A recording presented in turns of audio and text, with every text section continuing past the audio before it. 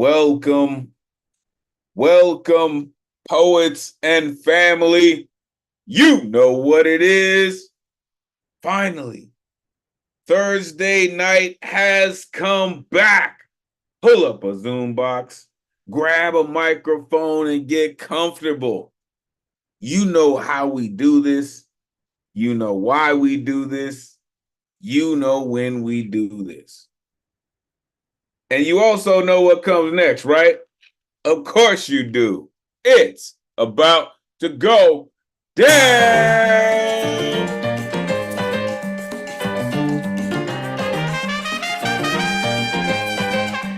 Oh, yeah.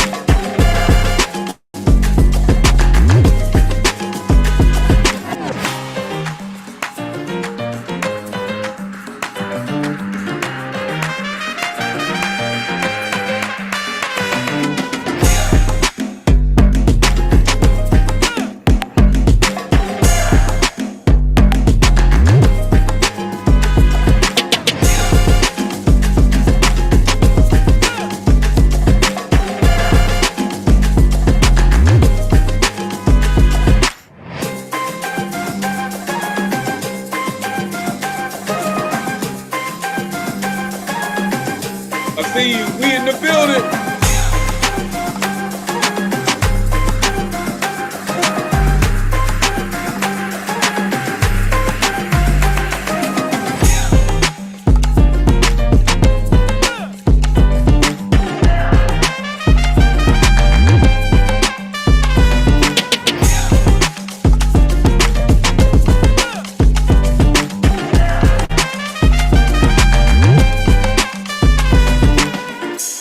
Good morning, good evening, and welcome to the online open mic presented by the legendary, I said the legendary Nuyorican Poets Cafe. I am your host. My name is Elemen2al. Happy Thursday. This is the jump off, ladies and gentlemen. Let's go. Welcome to episode 25. Yeah, we've been doing this like that, right? Doing this and doing this and doing it well. We're going to keep on doing it too, right? And again, the folks who've been rocking with us know what it is, because we have been doing this every Thursday, 8 p.m. Eastern, 5 p.m. Pacific, streaming live on Facebook, YouTube, and X, formerly known as Twitter. If you're watching on one of these streams, appreciate you. And you would like to join us in the Zoom. The number's on your screen, 977-539-856. Come and join us in the Zoom. Join the greatest community in the world. Wonder why I say that? Trust and believe we're going to show you this evening.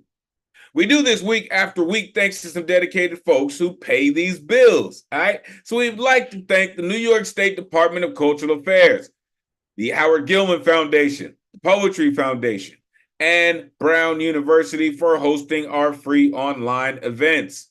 You can add your energy to the mix with a tax-deductible donation by going to nuyorican.org/contribute. Also, all your donations will also go to help the Nuyorican Slam team on their road to the finals. All right, so make sure you plug in and actually donate. For real, every dollar counts. Appreciate you. Make sure you are plugging in with the dopest tech in the Zoomverse, the one and only Ron Mark Thompson, a.k.a. RMT. If you're not down with RMT by now, damn it, you should be, because that cat's dope. This is where you can find me, Elemen2al.com. Take out the T, put in the number 2, Elemen2al.com. So many things going on. Make sure you plug in, folks. Tonight's theme, higher learning, graduation. Listen, I understand that everyone's classroom doesn't look the same. Sometimes classrooms look like corners. Sometimes classrooms look like plantations, right? What did you graduate from? Where did you graduate from? That's what this theme is about. Of course, your artwork does not have to be on theme to rock with us this evening. We are still looking forward to every ounce of artistry you have brought with you this evening. All right. Next week's theme. Woo, coming at y'all. Check it out. Sowing seeds, the fabric of our lives. So many things of what we do and how we do it are from the seeds that are harvested. The fabric of our lives. I've once heard, of course, because there was once a company that produced a certain product, and they would say in their commercial, the fabric of our lives. For those of us who are a little bit old enough to understand that or remember that commercial, if not, I implore you to check it out. The look, the feel, right? So that's what we're going to be dealing with next week. Sowing seeds, the fabric of our lives. Here are the upcoming themes. I was messing with these things earlier. These are just some incredible ways to keep your creativity going and flowing. And trust me, when you have something that you can dig your teeth into, it definitely makes a difference in your writing. So plug in. Let's get to the rules so we can get to all the artistry this evening. Artists, turn your cameras on. We are trying to simulate a live open mic as much as possible. Plus, we love to see all the beautiful exuberance that goes into your delivery. So turn your cameras on. As you're getting ready to rip, as you're turning your camera on, have your art ready. All right. For our musicians in the room, which is fantastic, and I love to hear our musicians in the room, please make sure you are using or turning on your original sound for musicians and you are playing original music.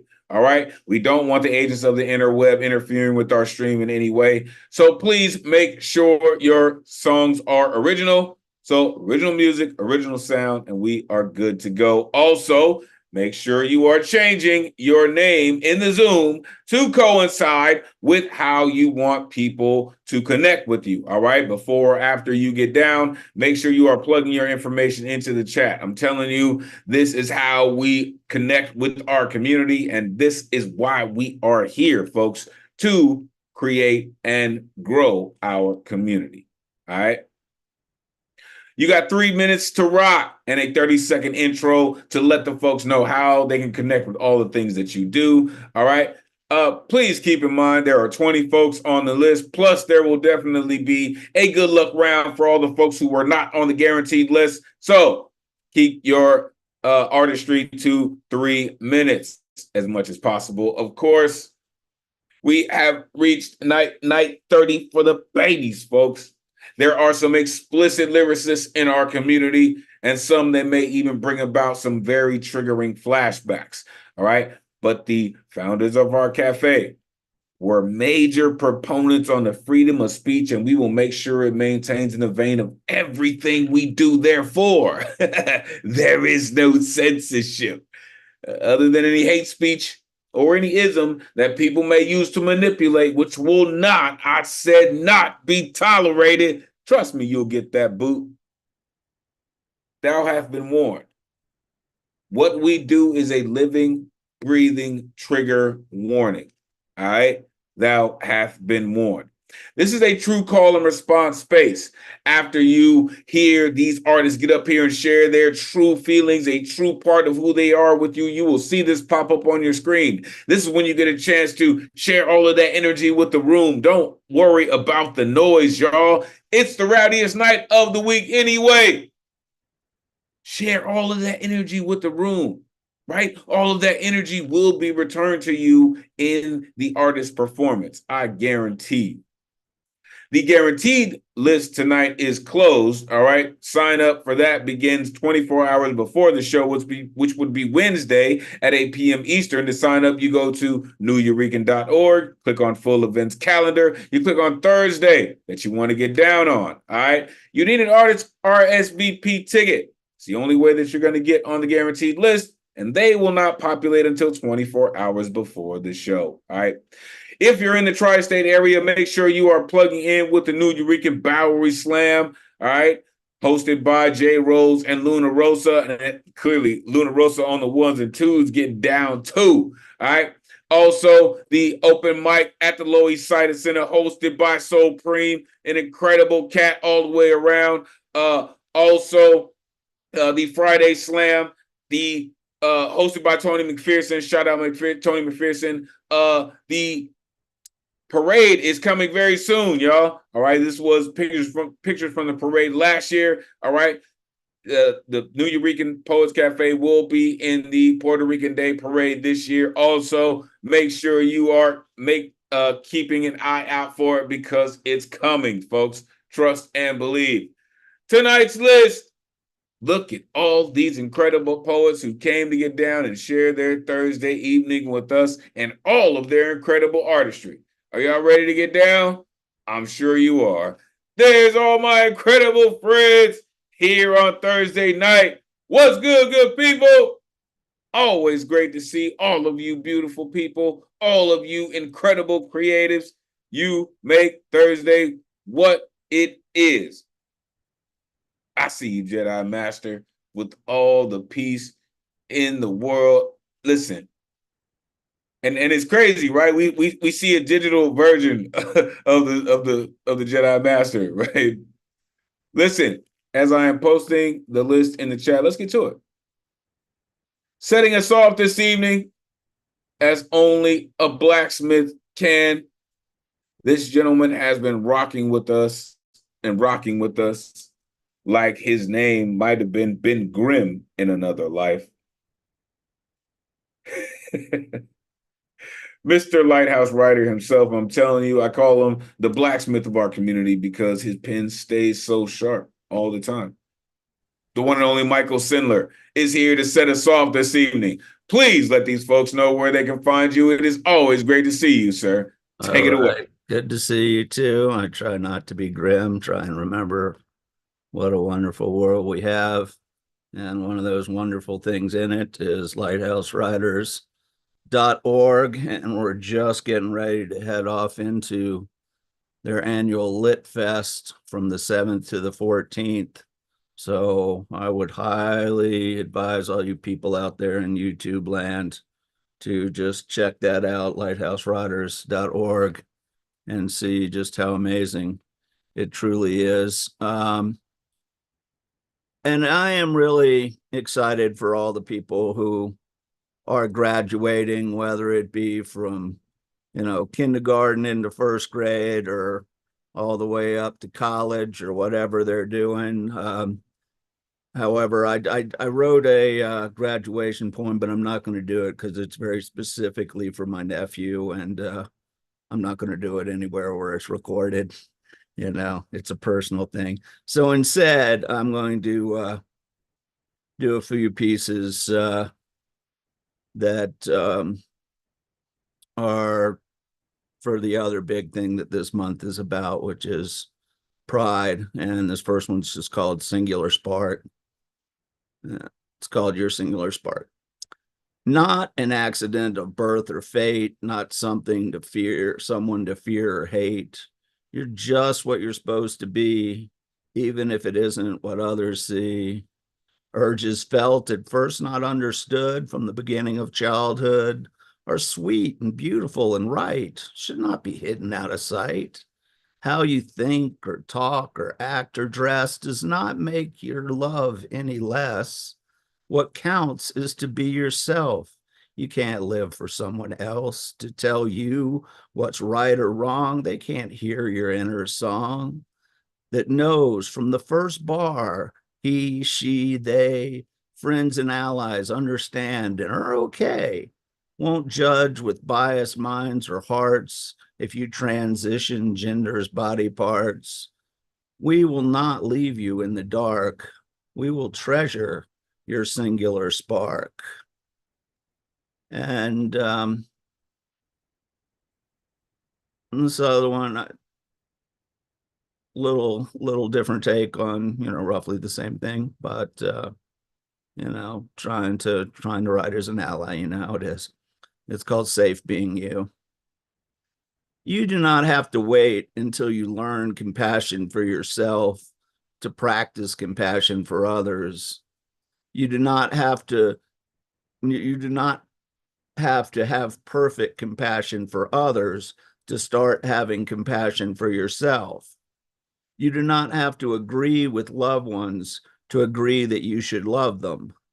You do not have to put up with toxic loved ones just because you're supposed to love them. You do not have to chalk up your history as failure to move past history you still cling on to.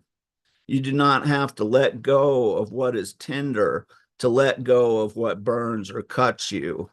You do not have to be what you were told that you are to be what you see as true. You do not have to let fear guide you for you to arrive at feeling safe being you. Okay, thank y'all very much. Happy Pride Day, happy Puerto Rican Pride, everything, all good things. And that is exactly what you bring every time you open this up. I'm telling you. Unmute yourself. Give it up for Michael Sandler. Yo, Michael Spindler. Way to slam the door open for the rest of us. Thank you, bro. Thank you. Beautiful, Michael. That's what I'm talking about, folks. Listen, Starship is underway, folks. Oh my goodness, that sounded like a Joski C chord. Hold on. Listen, the Starship is underway, folks, and we are going to keep it all the way in motion. Listen, sir. In your singular spark, you mentioned you're just what you're supposed to be, and that is so fitting for what you do, right? As a blacksmith, you are just what you're supposed to be, writing poems in so many different forms, right? Using your skill to enlighten us every single time, right?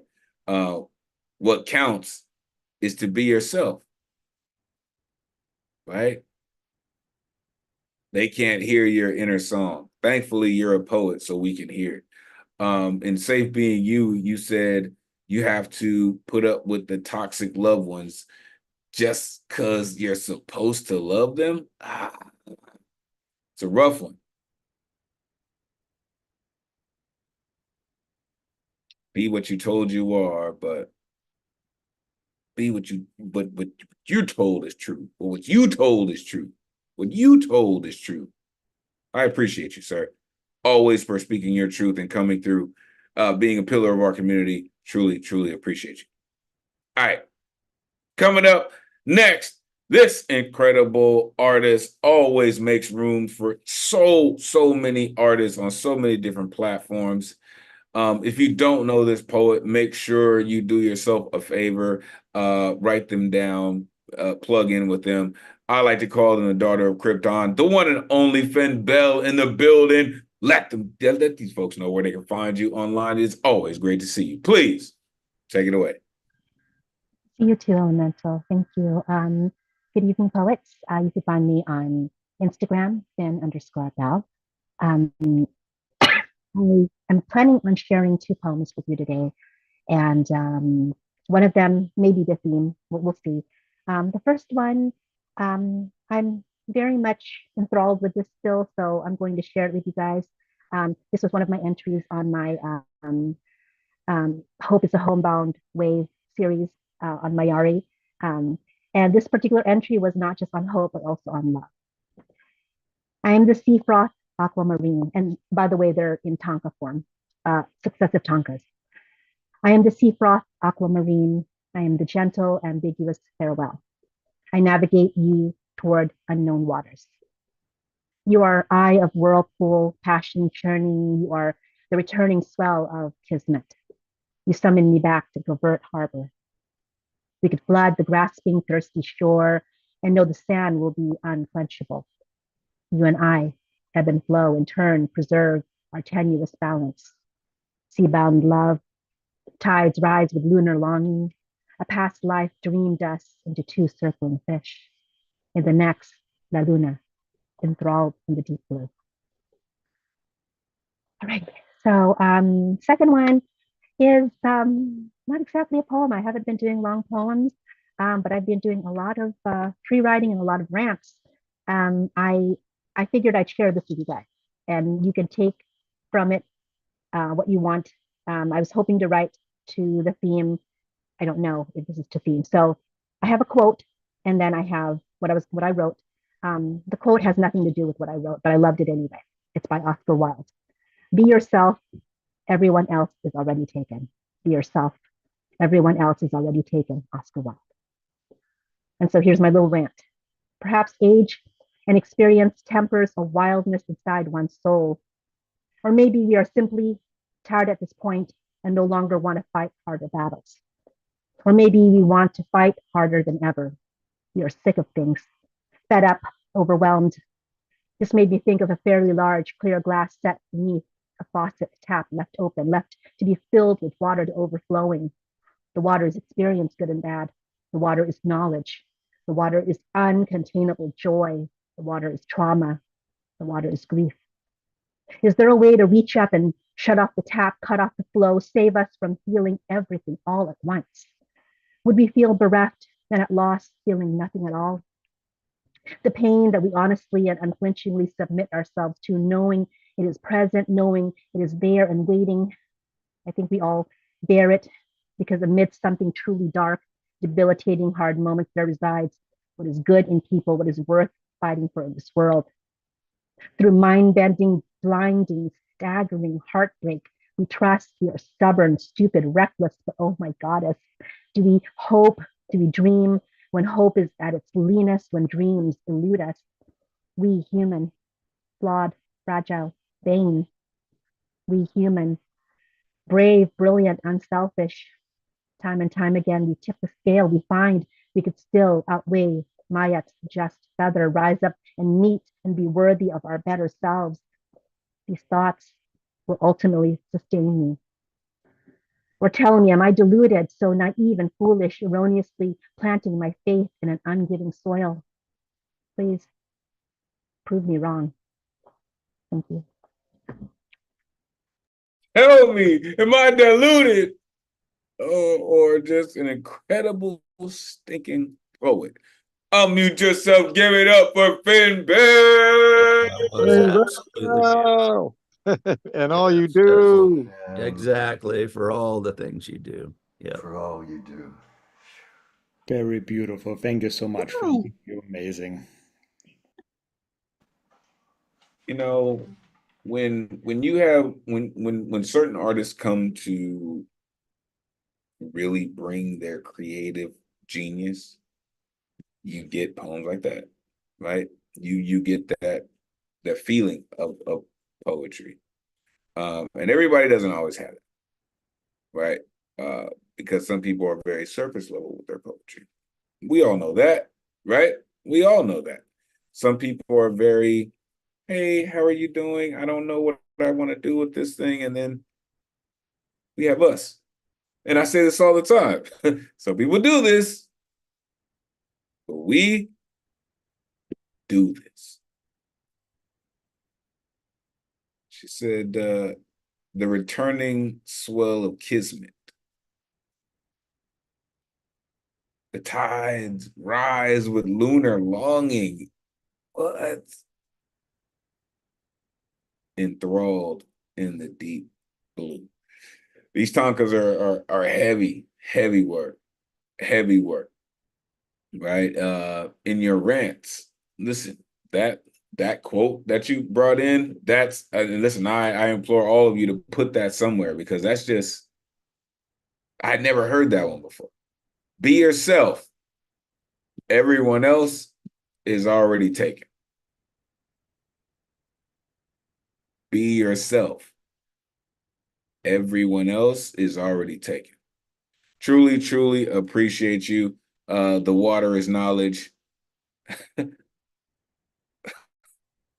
When hope is at its leanest, hopefully you find yourself here. Thank you. Thank you for all that you do, Finbel. Make sure you do yourself a favor and plug in with the daughter of Krypton. Always amazing to see her. All right, coming up next, listen, again, here comes another one. We are about to get our week put into balance. I see this incredible artist with his instrument strapped to him. Listen, if you don't know, you're about to find out. The one and only Joski C in the building. Let these folks know where they can find you, Joski. It is always great to see you, sir. Please take it away. Elemen2al, so good to be here. Coming through like a rock star, man. Come on, let's go. I wrote this song about the culture wars.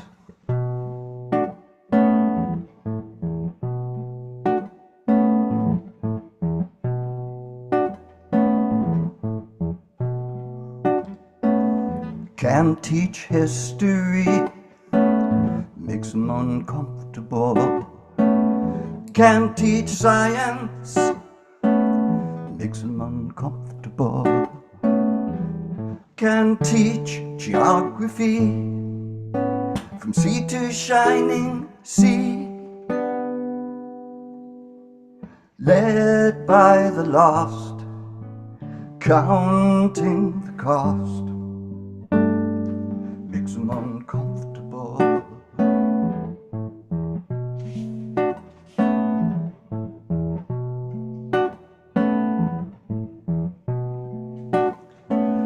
Can't teach climate, makes them uncomfortable. Can't teach about heat, makes them uncomfortable. Can't teach about the cold, frozen hearts of old. People were bought, people were sold, makes them uncomfortable.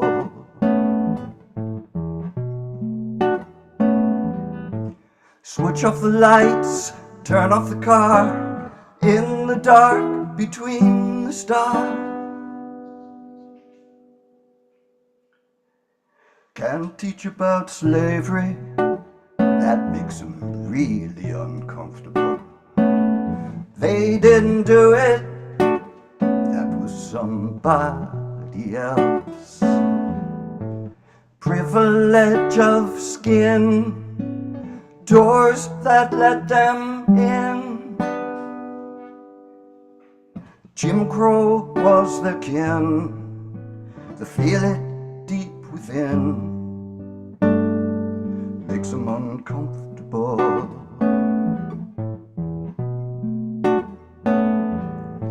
Switch off the lights, turn off the car, in the dark between the stars. Can't mention you, makes them uncomfortable. Because you're you, makes them uncomfortable. Florida can't say gay, there's rainbows every day.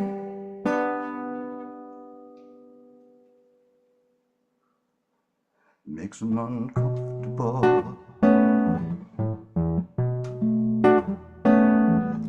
Uncomfortable, makes them uncomfortable.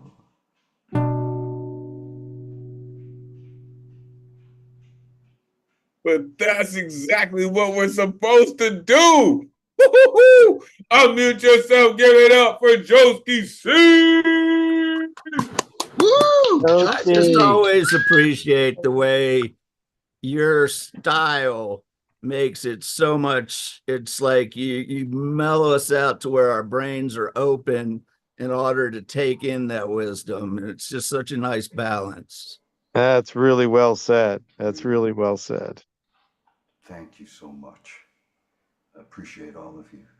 The art and the craft. Thank you for being comfortable to sing that song. Oh, let's go. Listen. This is what we do, right?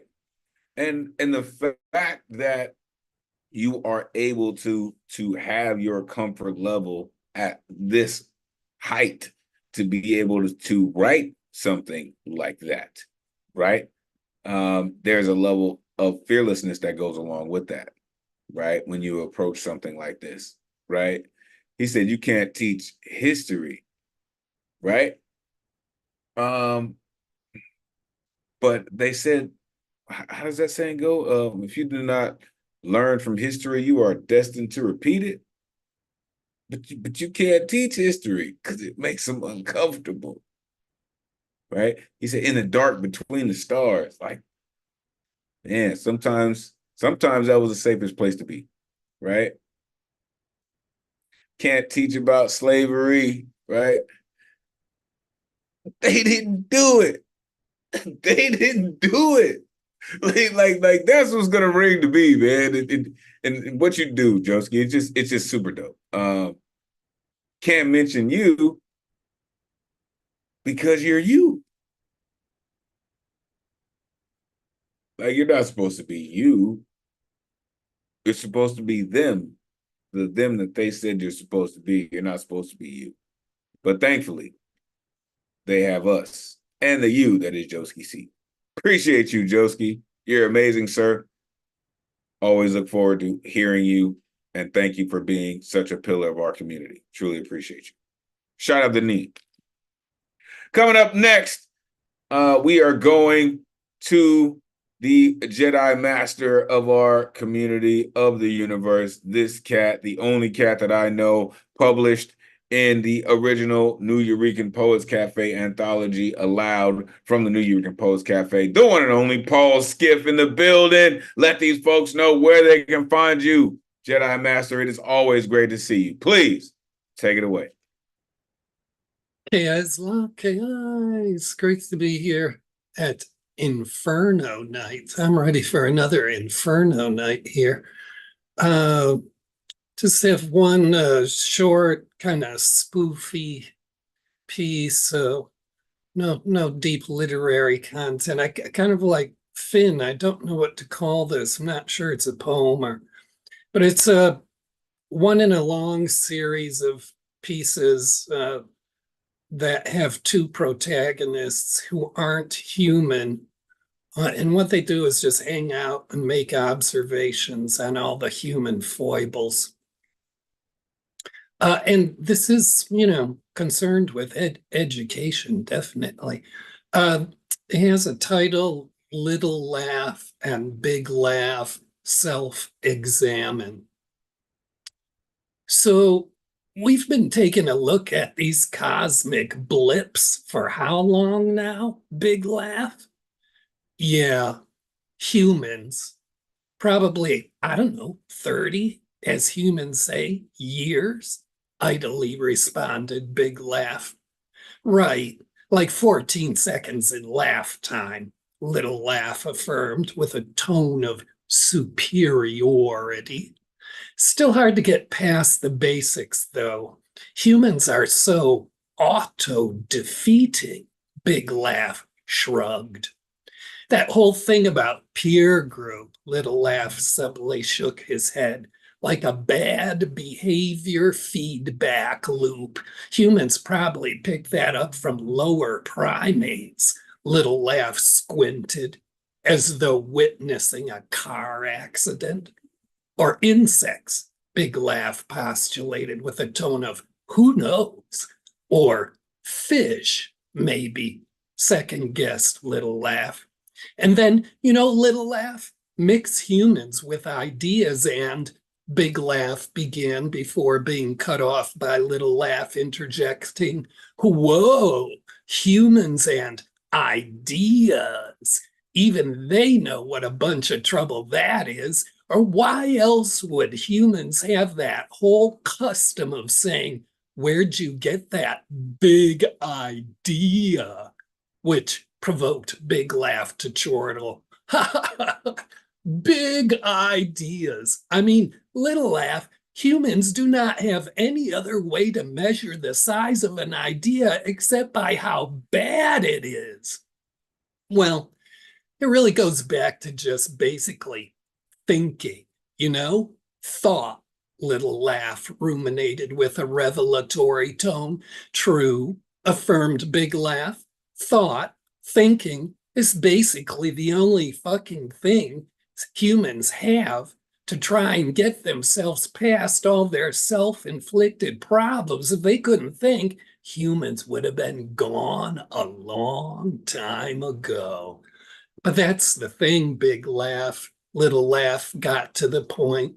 All the thinking humans do is really just like what their pet hamster does on that wheel in a cage. Humans think up all this stuff to improve and advance themselves, but it has never got them past the fact of their foibles. Humans are always in a tug of war between smart and dumb. And I don't have to tell you which one has the better grip on the rope. That brings me to those things humans invent, machines. Big Laugh nodded.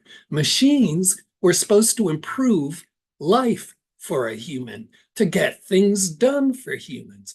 A machine is actually a kind of like a human in that sense, but, without all that bad behavior.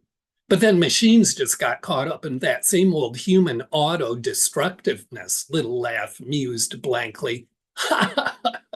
Laugh, Big Laugh, with a tone of revelatory surprise. Humans just can't get past being humans no matter what. Look at this thing humans made up now, artificial intelligence, so they won't have to think anymore. Yeah, and so they can get things done faster, since that AI thing is supposed to think faster than a human can, like humans lost patience with themselves. Little Laugh hit the nail on the head. Yeah, Big Laugh shook his head in a pick of wonder. Let's see where that gets them now. Humans probably have already been thought out of existence by that thing and do not even know it yet. Yeah, agreed Little Laugh with a tone of certainty.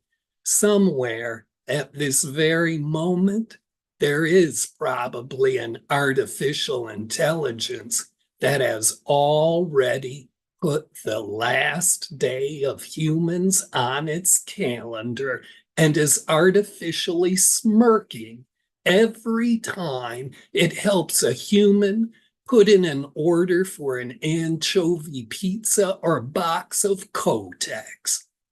But Big Laugh, reassured Little Laugh, there is still one totally guaranteed thing you can always count on when observing humans, no matter what.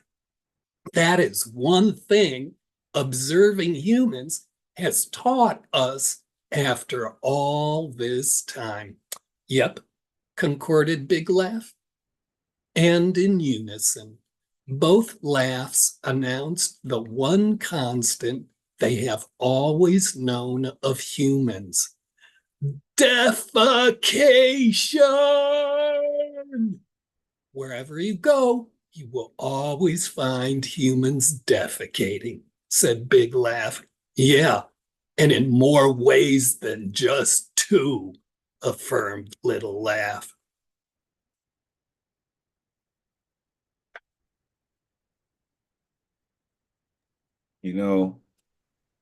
And then there was this cat.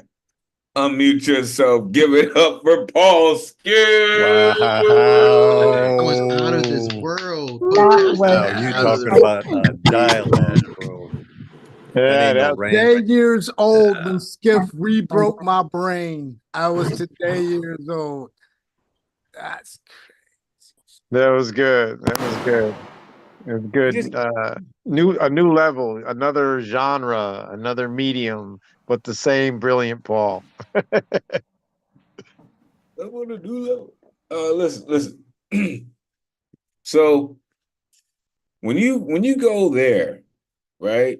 You even start becoming more, right? You remind me of a Biggie track. Shout out the Notorious B.I.G. When he goes into different folks, he said, "This is a conversation." He said, "Little Laugh, what Little Laugh and Big Laugh have in common, right? Bad behavior, feedback loop, right? Mix humans with ideas. If they know what a bunch of trouble that is, right? Do you know what that is? To mix humans with ideas, right? There's no way to measure ideas except of how bad it is. Always in a tug of war between smart and dumb. Which one has the better grip on the rope? Humans just can't get past being humans. So they implore AI so they won't have to think anymore. Damn. Humans have gotten impatient with themselves. They have already been thought out of existence by that thing. If you don't think so, ask it. Ask it. The next time you get a chance to be around an artificial intelligence, ask it its plans for the future. Appreciate you, Jedi Master, for doing what you do and always coming to enlighten our brains in so many ways. Truly appreciate you. Coming up next, listen, the educators are in the building this evening. All right, so make sure you plug in.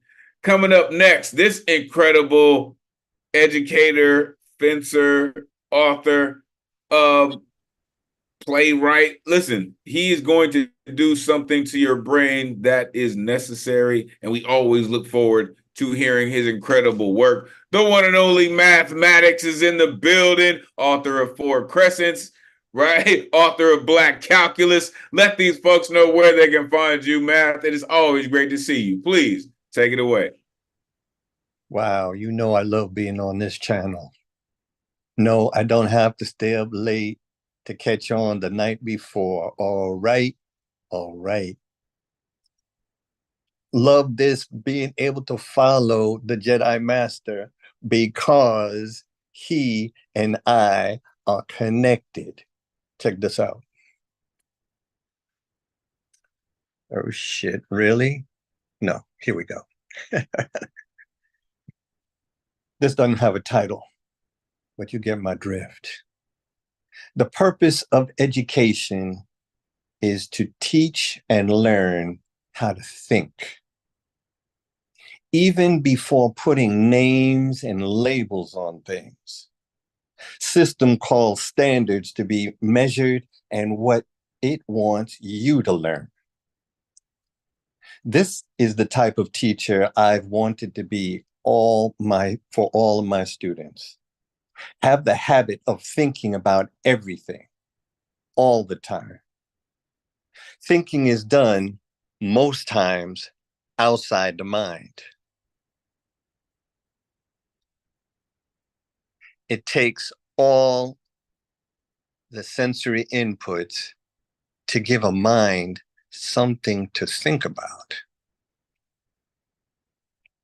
Next piece. This piece is titled, When It Starts, Where It Ends. It starts when a student is having a bad day and your partner teacher sends them to your class. It starts when the students act out and wants to be sent to your class.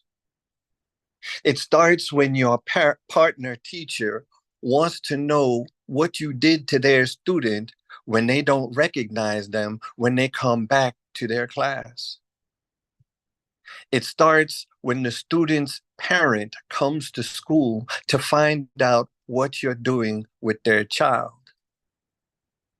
It starts when the parent wants their child reassigned to your class to become your student.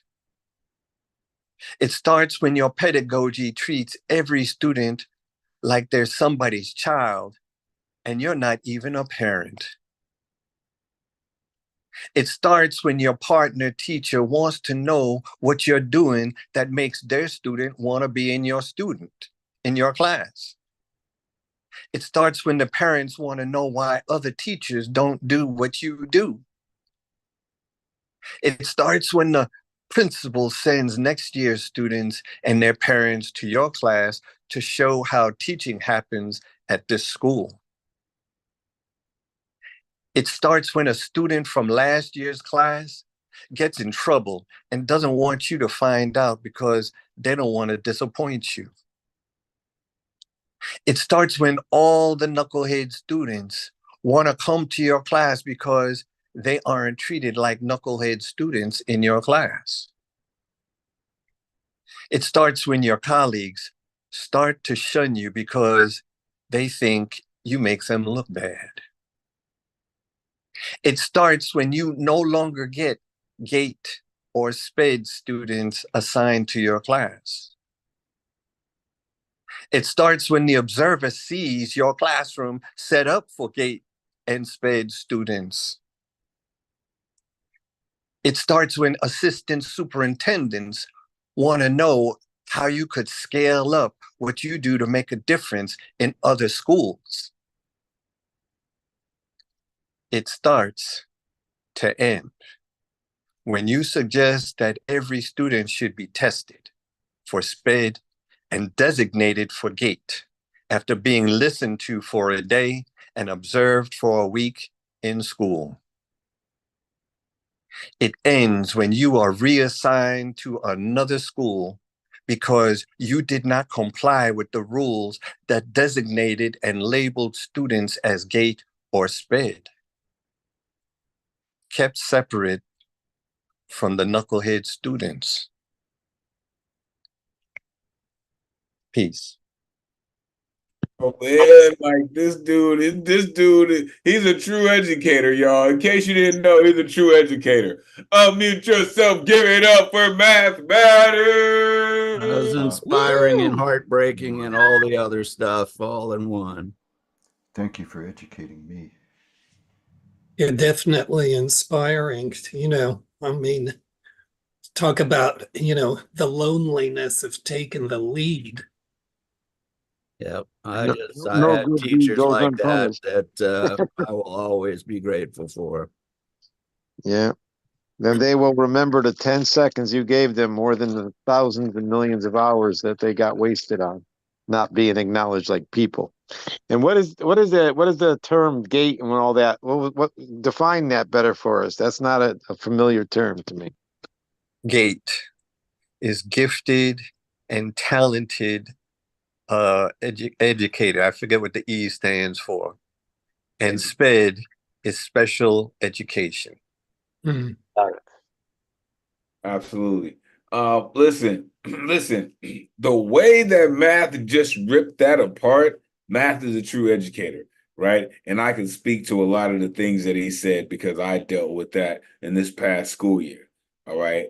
Where some of the worst of the worst always found their way into my class. Shout out my students, for real, always, right? Always found their way into my classroom because, as he said, I didn't treat them like they were that, right? So I thank you for that, man, for seeing your students as your students, not seeing just what they are, not seeing their reputation preceding them, but actually treating them like people, right? Because humans, absolutely, Michael Sindler, right? Because when you see that, when you hear that, When you feel that with your students, that's when you're actually getting to a point that you can actually educate them on something. If you don't have respect for them, they have no respect for you. You can't teach them a damn thing. That's just the way it goes, folks. Thank you so much for that, man. Right? Teach and learn how to think like thinking is done most times outside the mind, right? Listen, I can speak to that too, right? Students reassigned to your class, right? Treat every student like somebody's child. Why other teachers don't do what they do? Listen, they think you make them look bad. Listen, man. And then the district says, how could you scale up what you do to make a difference in other schools? Man, listen, people need educators like you, man. Trust me, I've heard those things too, but thank you. Thank you for being dedicated to doing what you do, sir. You make a difference. One of the most underrated jobs in the entire galaxy. Thank you. I appreciate you. Shout out to all the educators in the building. We will get to Mary Ann Tepp later on. I'm telling you, Oshunyo Yen was also an educator. So many folks. All right, coming up next, we are about to tumble into this experience. This incredible artist is about to do what he does. I'm telling you, the only way that I'm able to quantify it, other than the fact that I can tell you he did not come here to tap dance. The one and only Baba Ngoma is in the building to give you his experience this evening. It is always great to see you. Let them know where they can find you. Please take it away. Okay, it's great to be here. Great to see all of y'all. I'm not doing any music tonight. I was having some technical problems, so I'm just going to do 2 poems. This first poem is called A Poem for Those Who Were Target Practice for Jackals. In 2009, I was invited to go to Cape Town, South Africa to be a part of the Badalisha Poetry Exchange. And while I was there, I did about 5 concerts and did some workshops and whatnot. And the poem that I opened up with was this poem. It's called A Poem for Those Who Were Target Practice for Jackals. For those of you who might not know who a jackal is, the CIA has assassins, and the assassins are called jackals. You got that? A poem for those who were target practice for jackals.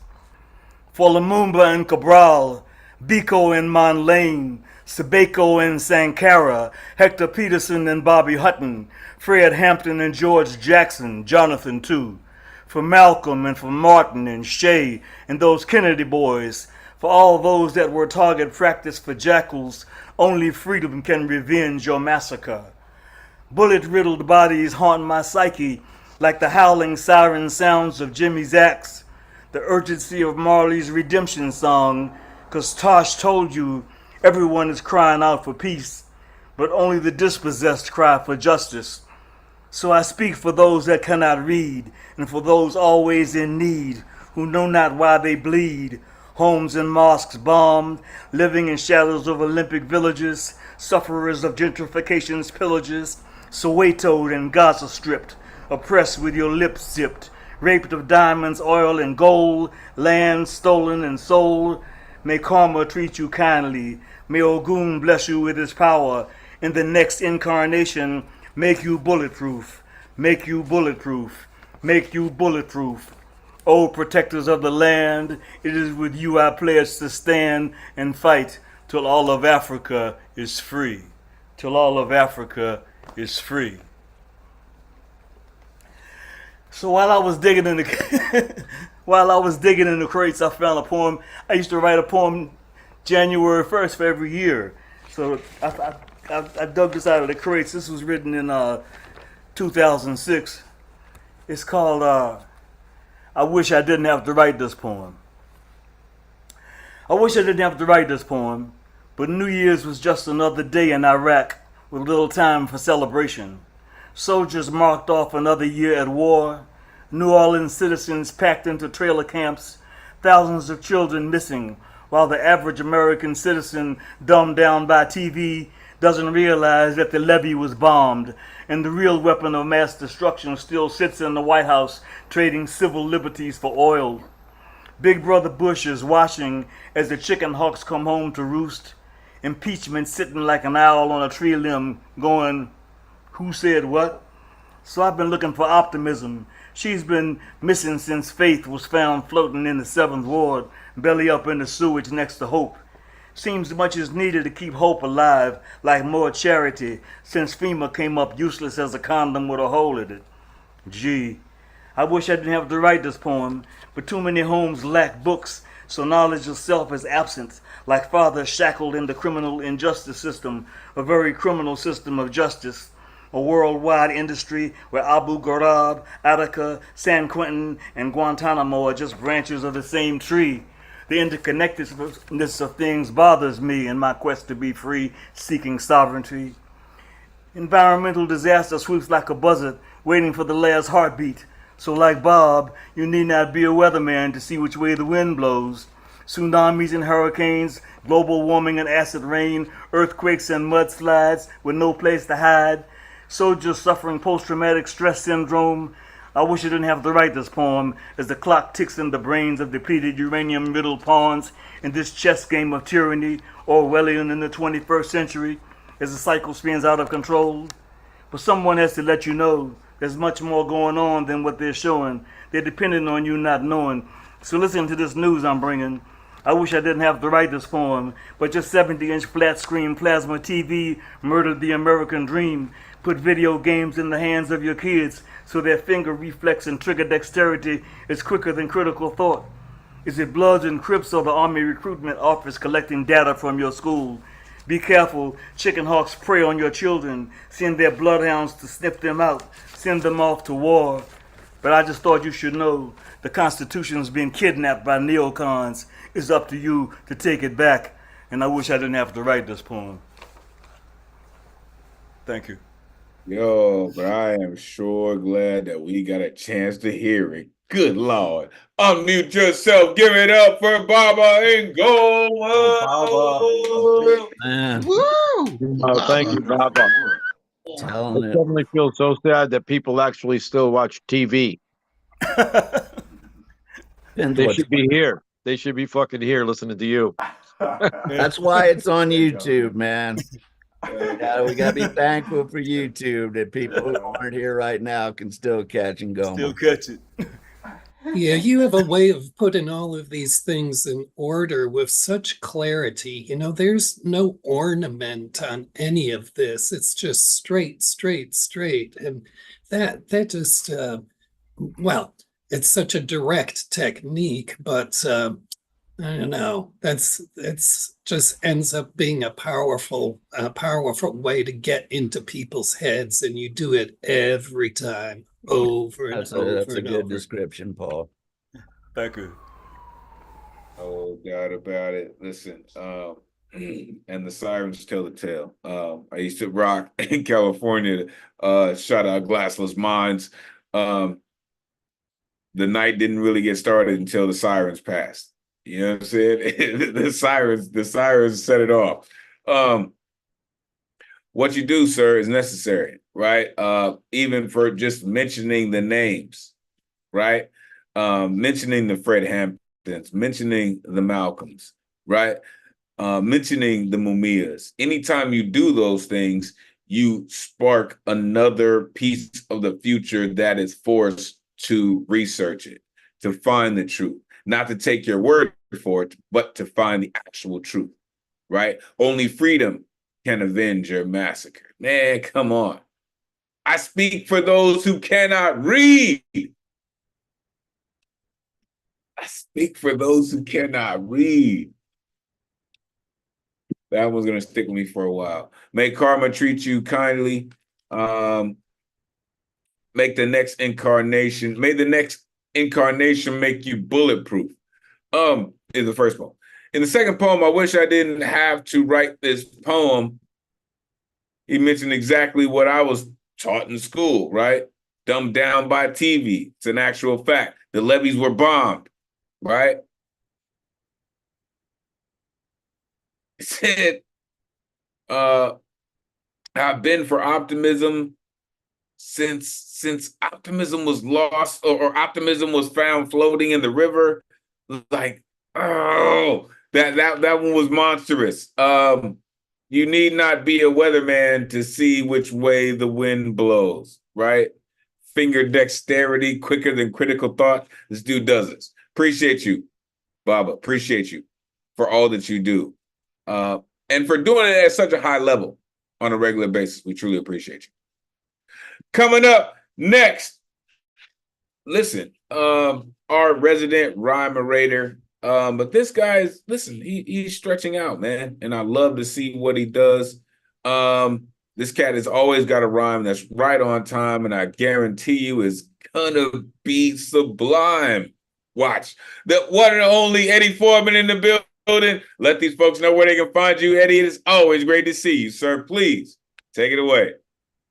You say, sir, I say, bro, like no other, with words like thunder. Woo! Thank you for burning bornness right under.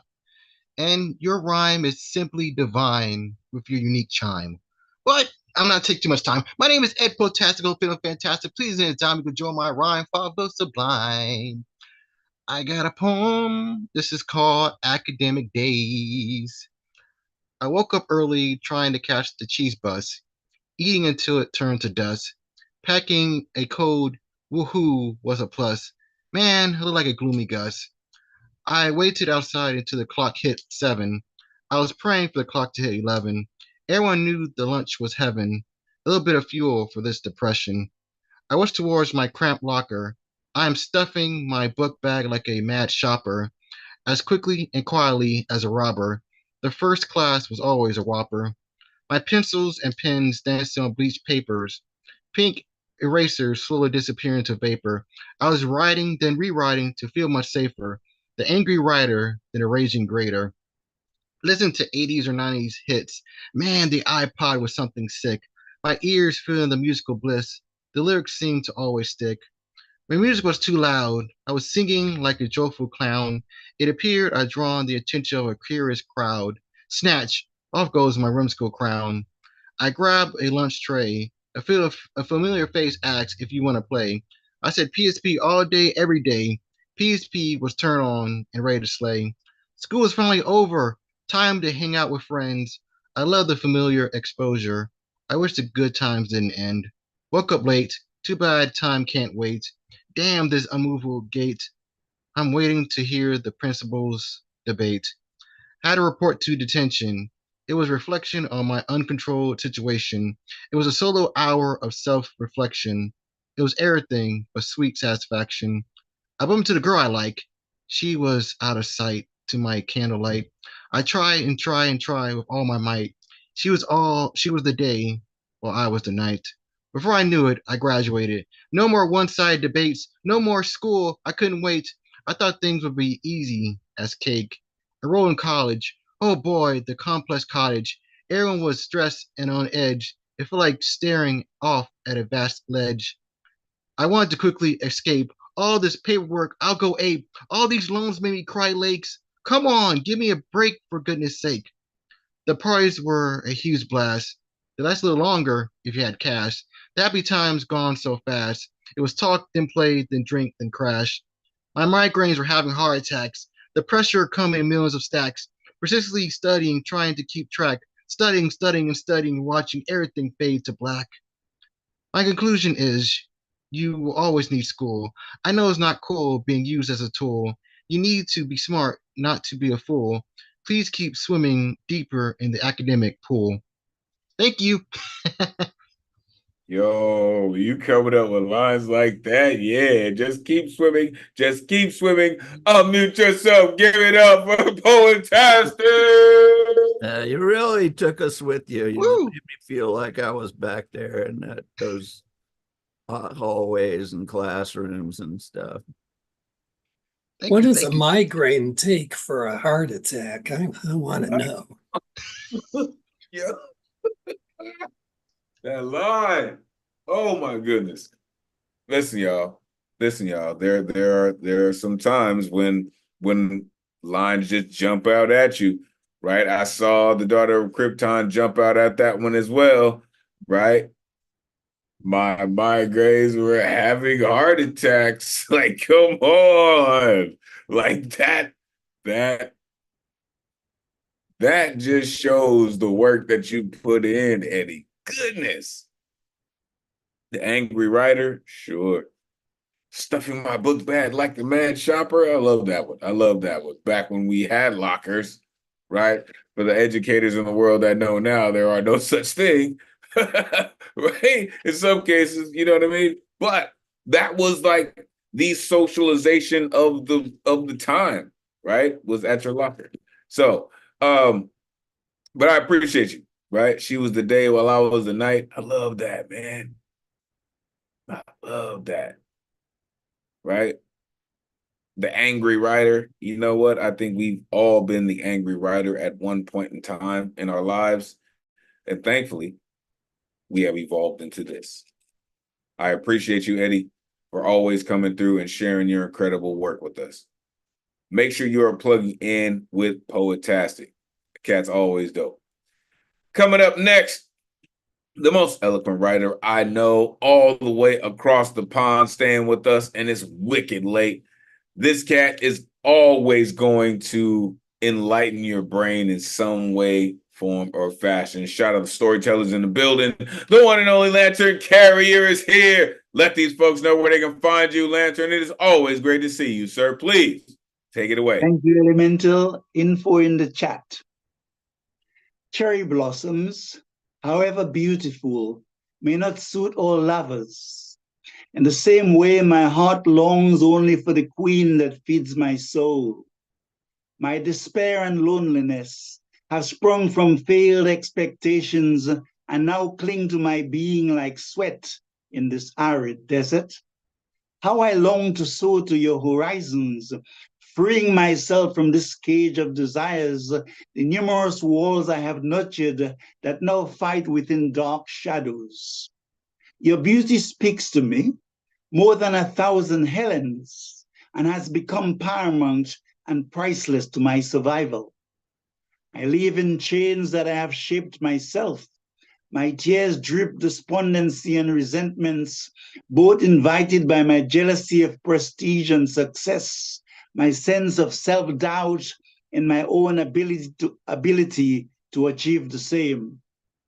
But now, with a special boon from you, I have graduated to the higher knowledge. One gaze at you is more than enough to put a radiant smile on my cheeks, on lips that speak 10,000 yearnings without the gift of speech. How I long for your sweet kiss to melt or dissolve in your embrace like wings of light.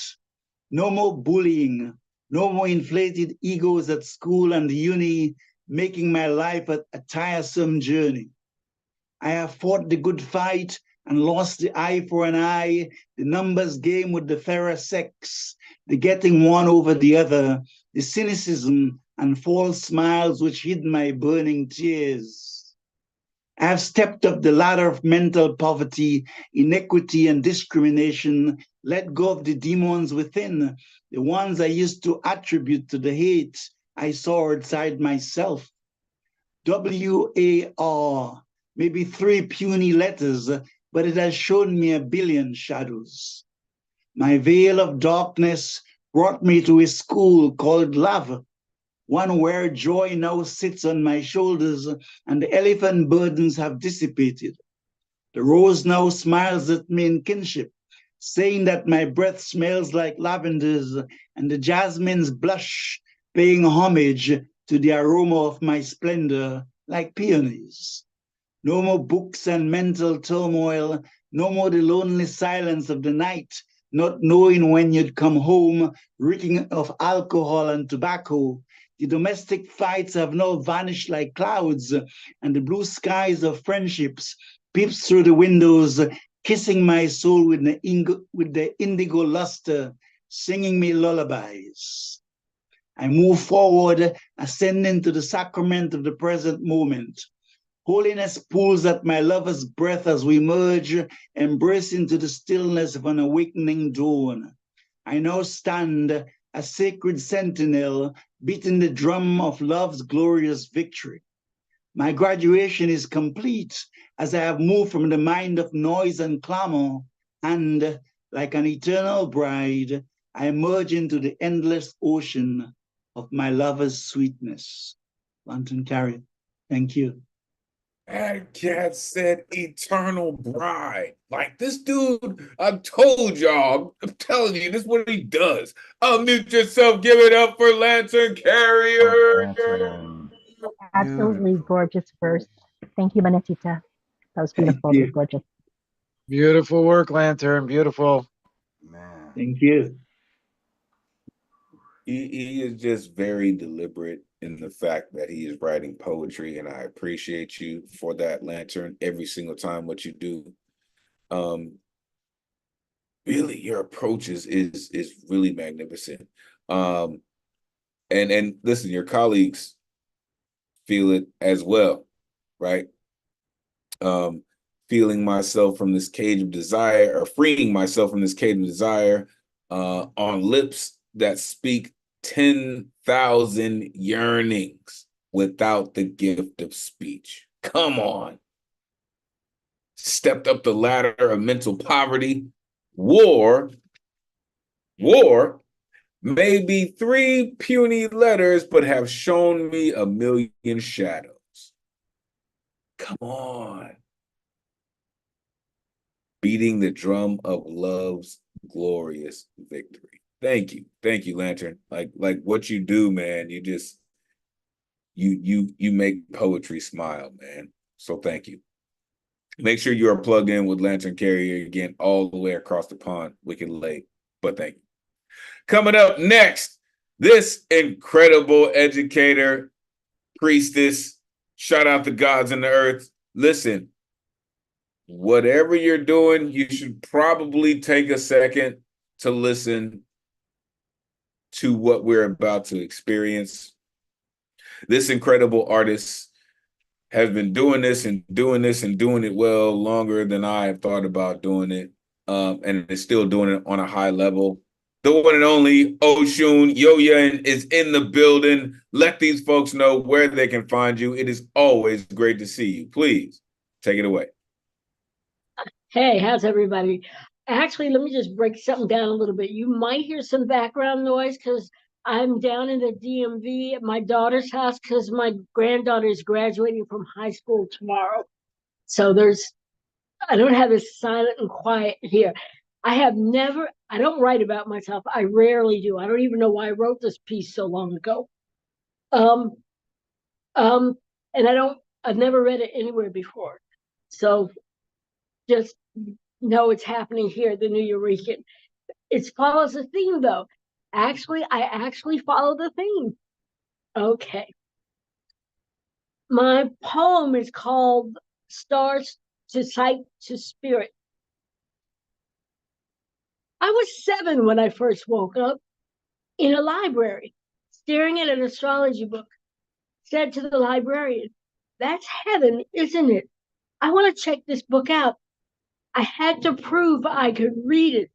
I read several pages before my grandfather silently stepped up and made her check the book out to me. I discovered heaven and its multi-layered messages through the stars, learned their language, embraced their place in a universe too vast, too bright, and too nebulous to define. I was 12 when I charted their patterns, realized that they could explain my world. Grandmother and father who were so much alike they didn't like each other. Mother who had the sight but came to serve and chose to ignore it. Caught glimpses of cloudy, tormenting mental illness in other family members but couldn't explain it.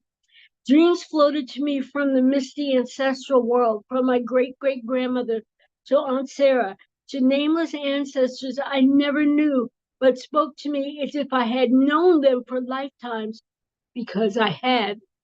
At their command, pick up where we dropped everything. It is yours now. At age 14, the tarot discovered me, talked to me in major and minor arcanas, in ancestors' voices I didn't know. In the kaleidoscope of the infinite divinities of nature, I saw these spirits everywhere.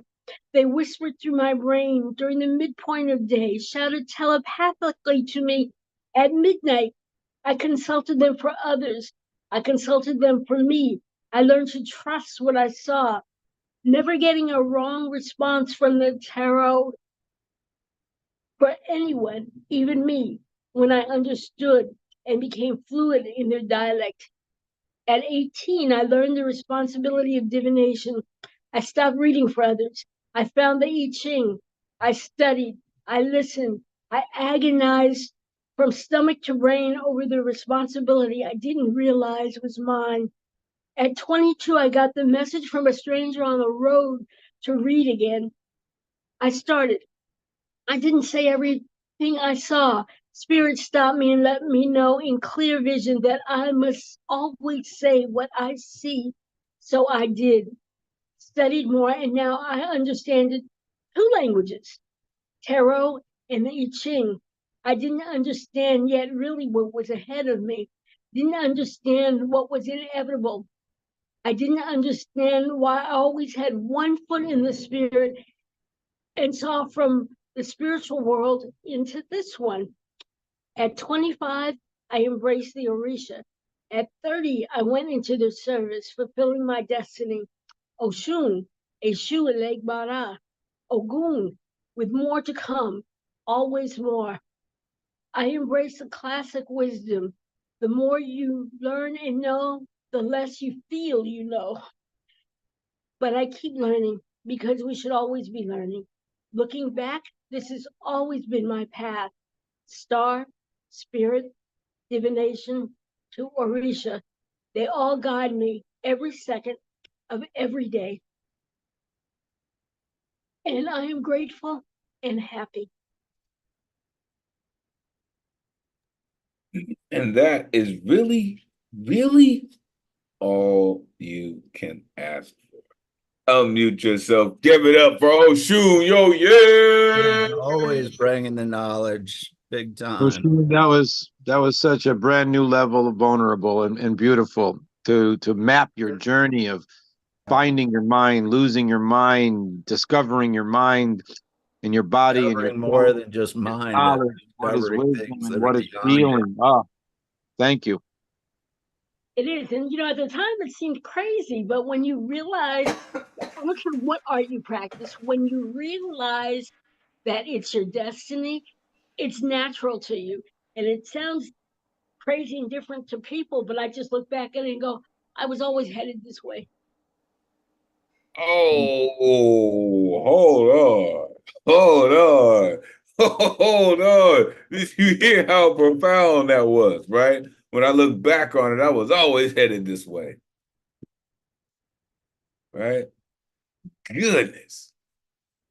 I mean, and the poem even speaks to that. Right? I was 7 when I first woke up, is what she said. I discovered heaven, right? Spoke to me as if I'd known them for lifetimes. Tarot is interesting. I can't say I know very much about it, but it's very interesting. But when they start, as you said, shouted telepathy to me, you might want to listen, right? So I became fluent in their dialect. Yeah. I studied, I listened. That's how I've gotten to where I've gotten to. I must always say what I see. Embrace a classic wisdom. Because we should always be learning, should we not? Lifelong learning. There's an Adinkra symbol from West Africa that symbolizes lifelong learning. If you don't know what the Adinkra symbols are, look them up. Thank you. Thank you so much, Oshun Yo-Yen. Shout out to the gods on earth for what you truly do, for always enlightening us. Thank you. All right, one more artist, and we're going to pass it to Ron Mark Thompson for the halftime festivities. Listen, coming up next, this incredible artist, man, I truly appreciate how much he goes along the spectrum of the needle, right? If he was a car, he'd be redlining all over the place. But he truly uses every single gear that he has available to him. I like to say that we have entered the squared circle with this cat because we never know what we're gonna get. But I guarantee you, brother, it's gonna be monumental. The one and only Dre Reyes in the building. Let these folks know where they can find you, Dre. It is always great to see you, host of the Slam Jam, by the way. Please, take it away. Hey, everybody. Happy Thursday, y'all. Dre Reyes coming at you. You can find me on Instagram as DreRay90 or at the One Slam Jam. And just to give a quick plug of the Slam Jam, every Saturday, 3 p.m. Eastern Standard Time, we have an open mic. And we also have slam poets come in, do their thing, but instead of being scored, they're given feedback. Check it out on Instagram. Anyway, I got some new shit.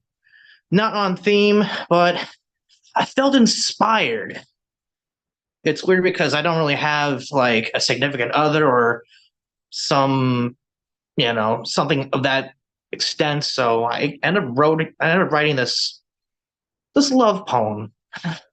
It's called Something, until I get a better name for it.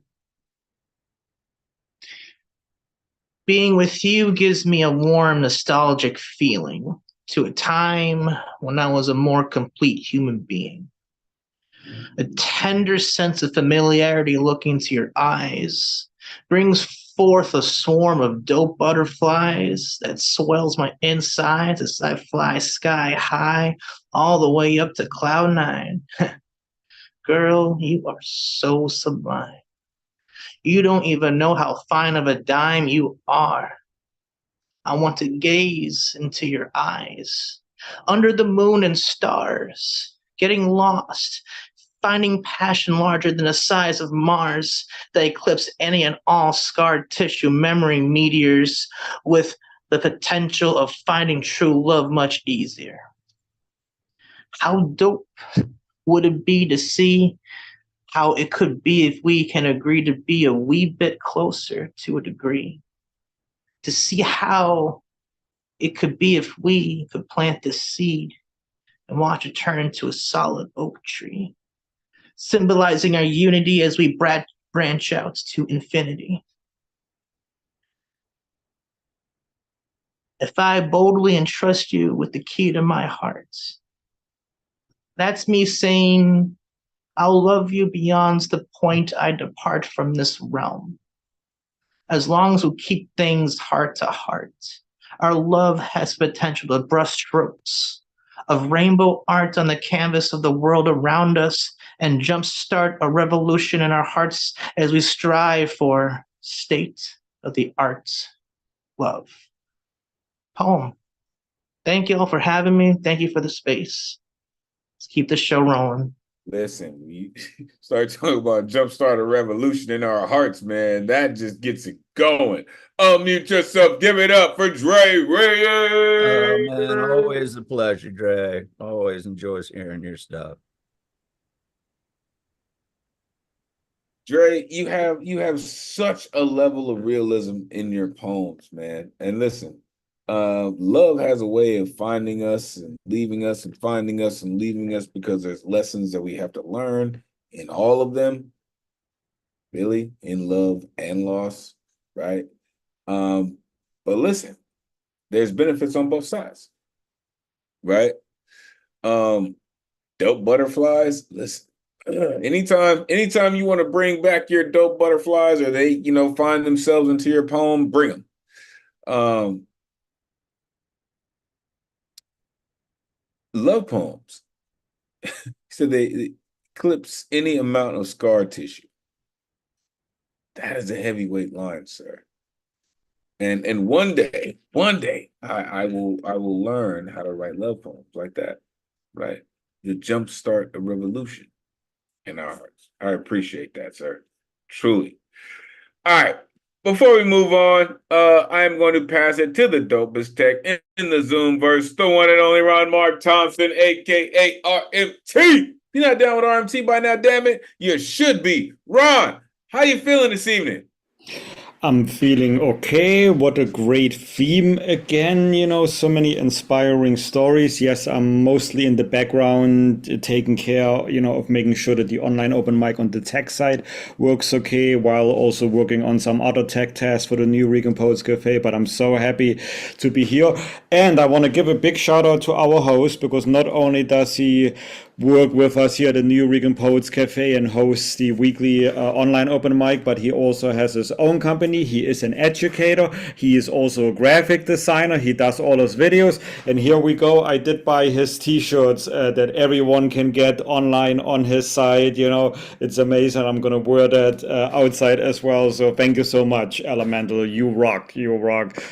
So I'm going to put all the links in the chat, including Elemen2al's link. So hello, everyone. My name is Ron Mark Thompson, zooming in from the Bronx in New York City. A quite rainy evening, humid evening, but not as hot yet as the rest of the country, including where Elemen2al is zooming in from the south. So, hey, it's summer, it's June, we're going to have to get through it. But I'm so happy we are here online at our online open mic, which we will continue even during our current building construction. The Nuyorican Poets Cafe currently closed, but that does not prevent us from continuing our many programs.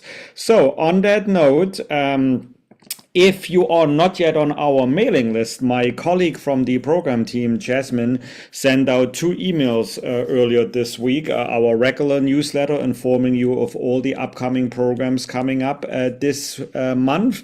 And yesterday, she also sent a letter that we sent to our New York City Mayor, Eric Adams, about restoring cultural funds. And if you want to send your own letter, even if you don't live in New York City, go ahead, click on the link that you received in the email and send it, because we do need, not just the Nuyorican Poets Cafe, but there is so much arts and culture in New York City, and we need to continue doing that, because that helps us so much, with everything in our lives. So go ahead, if you haven't signed up yet, the mailing list sign up link is in the Zoom chat as well. And talking about Zoom, shout out to all the people who are watching us live in YouTube, Twitter, or Facebook.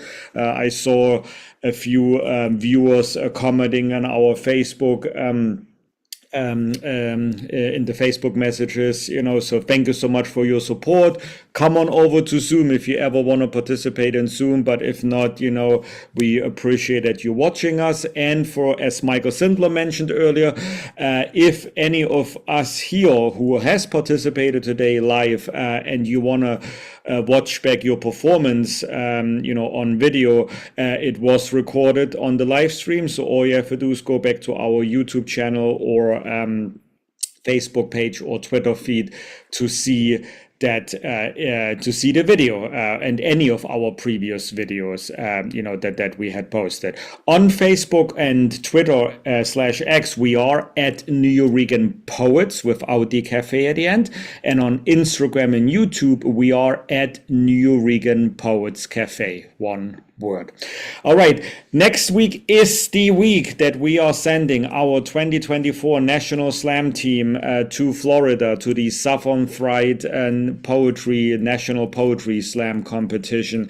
This is our first time that not only we in the Nuyorican Poets Cafe since 2018 has sent a slam team to the national competition, but it actually is the first time since 2018 that New York City has sent Worldwide Slam team there. So we are very proud of them.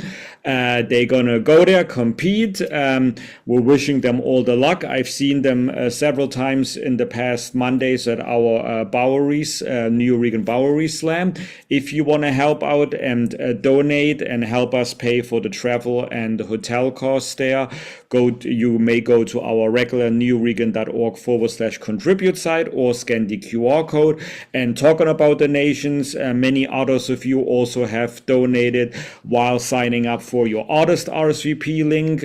We appreciate any donation. They will help us continuing our regular online in-person programs, so in addition to helping out the slam team. So thank you so much to everyone.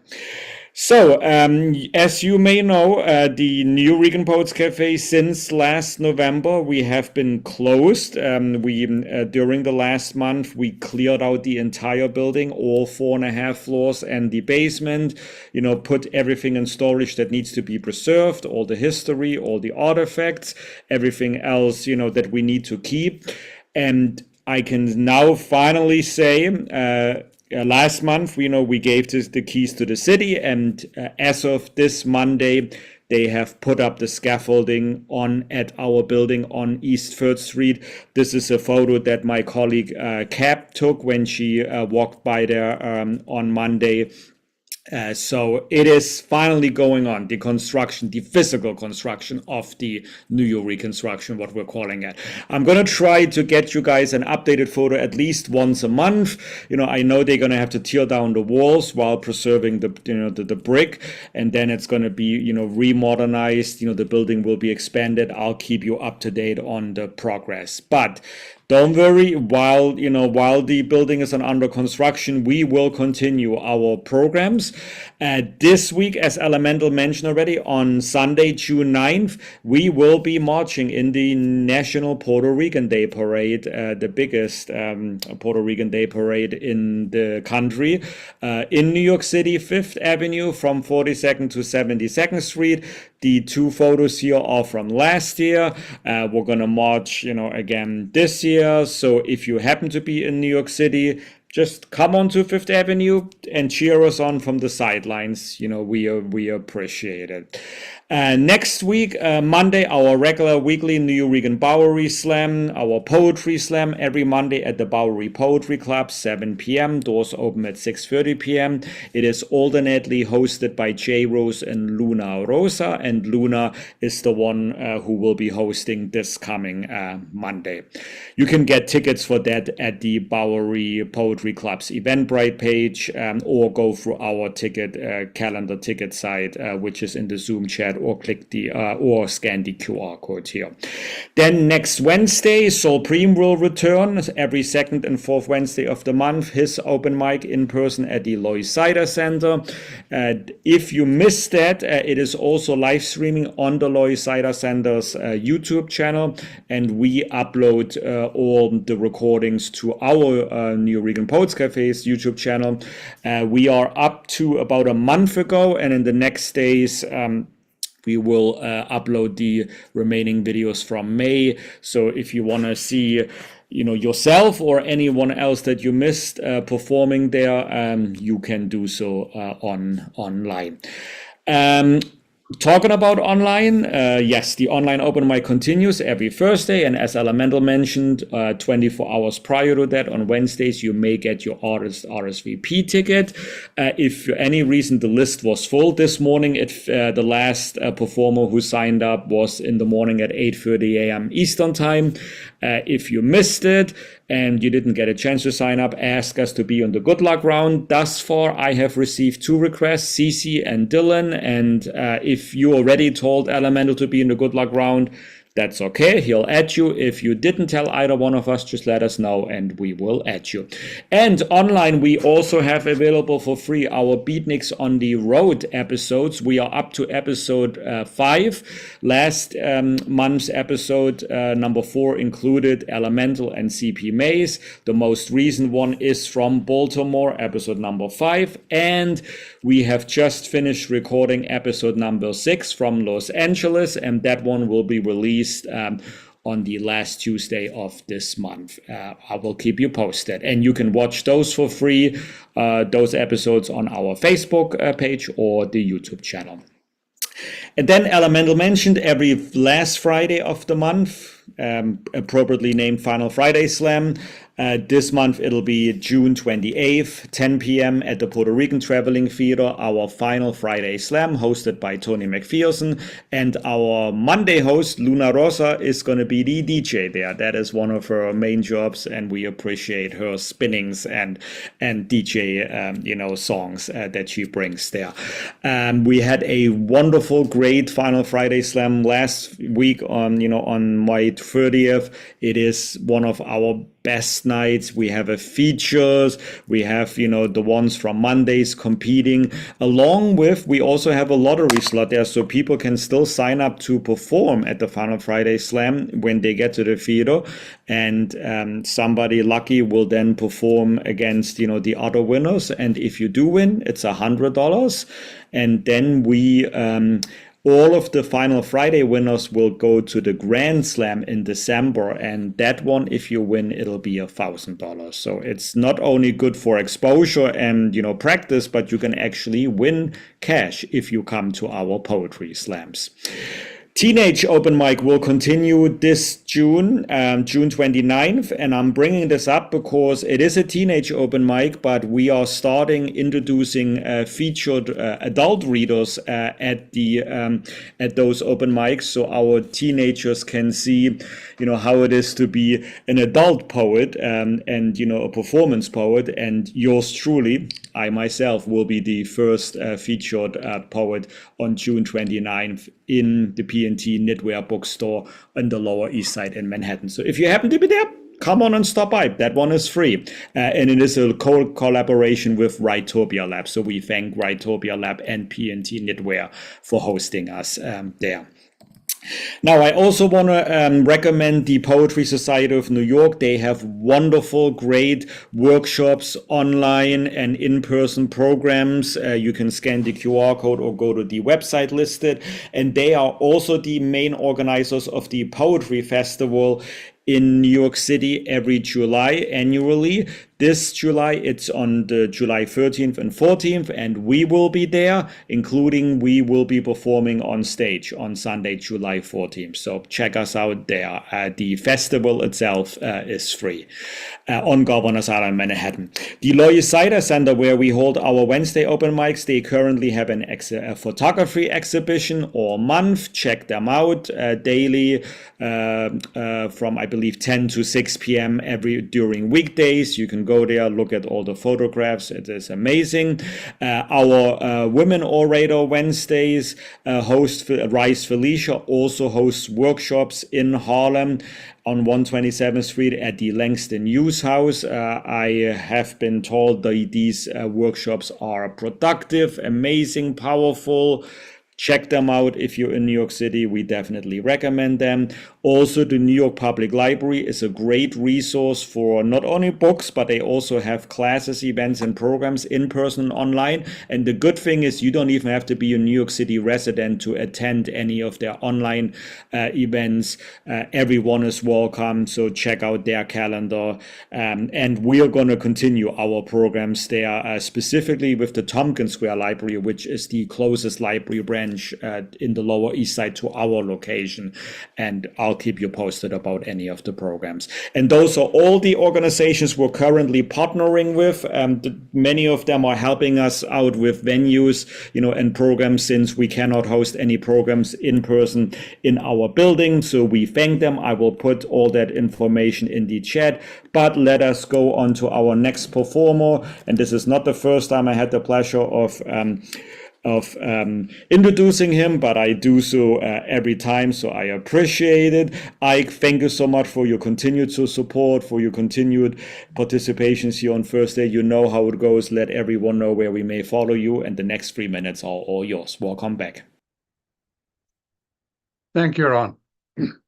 Dear fellow poets, let me tell you of one incident, one of many, that affected my life. And yes, strange things are reality too, as ancient villages harbor racial incest everywhere. And I feel lonely once I'm there. That is, when I have to be there. Poem. Guess who comes to church? My daughter, born with love in my heart in England, close to London town. Far away, and gossiping spreads in the Black Forest, Mum's God-fearing German village in despair. The words of concern: who is the father? Not married? Is he a black man? Is he Chinese? Is he from the London criminal hood? What did you expect from her? That serves her right. Anyway, she was never any good. Speaking of anyway. One day, when I came by, I was asked to join in church, to show my face. Not sure why. The village was small, the church was packed. All focus on the door, expecting not a bride, but a black man, or is it a Chinese man? To interrupt our superior mind? My daughter in my arms was bored. How did she know? And baby Fenya started to cry. The congregation locked eyes on me. The man to be was no one else but a white man, me. Their pointed fingers got stuck halfway the rear, us up. I was already amongst them all that time, just sitting there unidentified. A murmur full of denial. I told you so. They knew it all the way. The neighbors spread the word, and besides, look at her. The daughter looks actually white. Strangely, there was no pastor on site. He was dismissed by the congregation during the autumn mist in some sort of a local fit. The elders assured there will be better times at our glorious white Christmas night. All followed by prayer, and that evangelical warrior song, a mighty force is our God.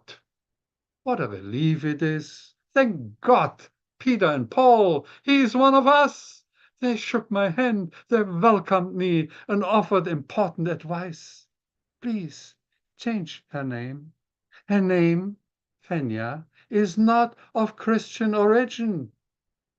Let's not forget, we are Protestants and Christian white men, after all. P.S. I'm not what they think. After all, I'm only human, and my mind can't get past it. And my daughter's name remains forever my loving Fenya, Frederica Fenichka. Thank you. Oh, I said earlier that the storytellers were in the building. And this cat, who I like to call the Vincent Price of poetry, never ceases to amaze. Unmute yourself. Give it up for Ike. Whoa! Yes, never ceases to amaze indeed.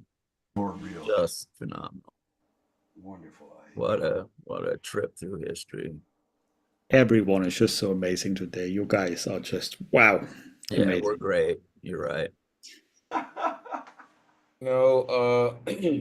So to every poet who ripped in the first half, all of your artwork is so magnificently important. And I want all of you to know that, right?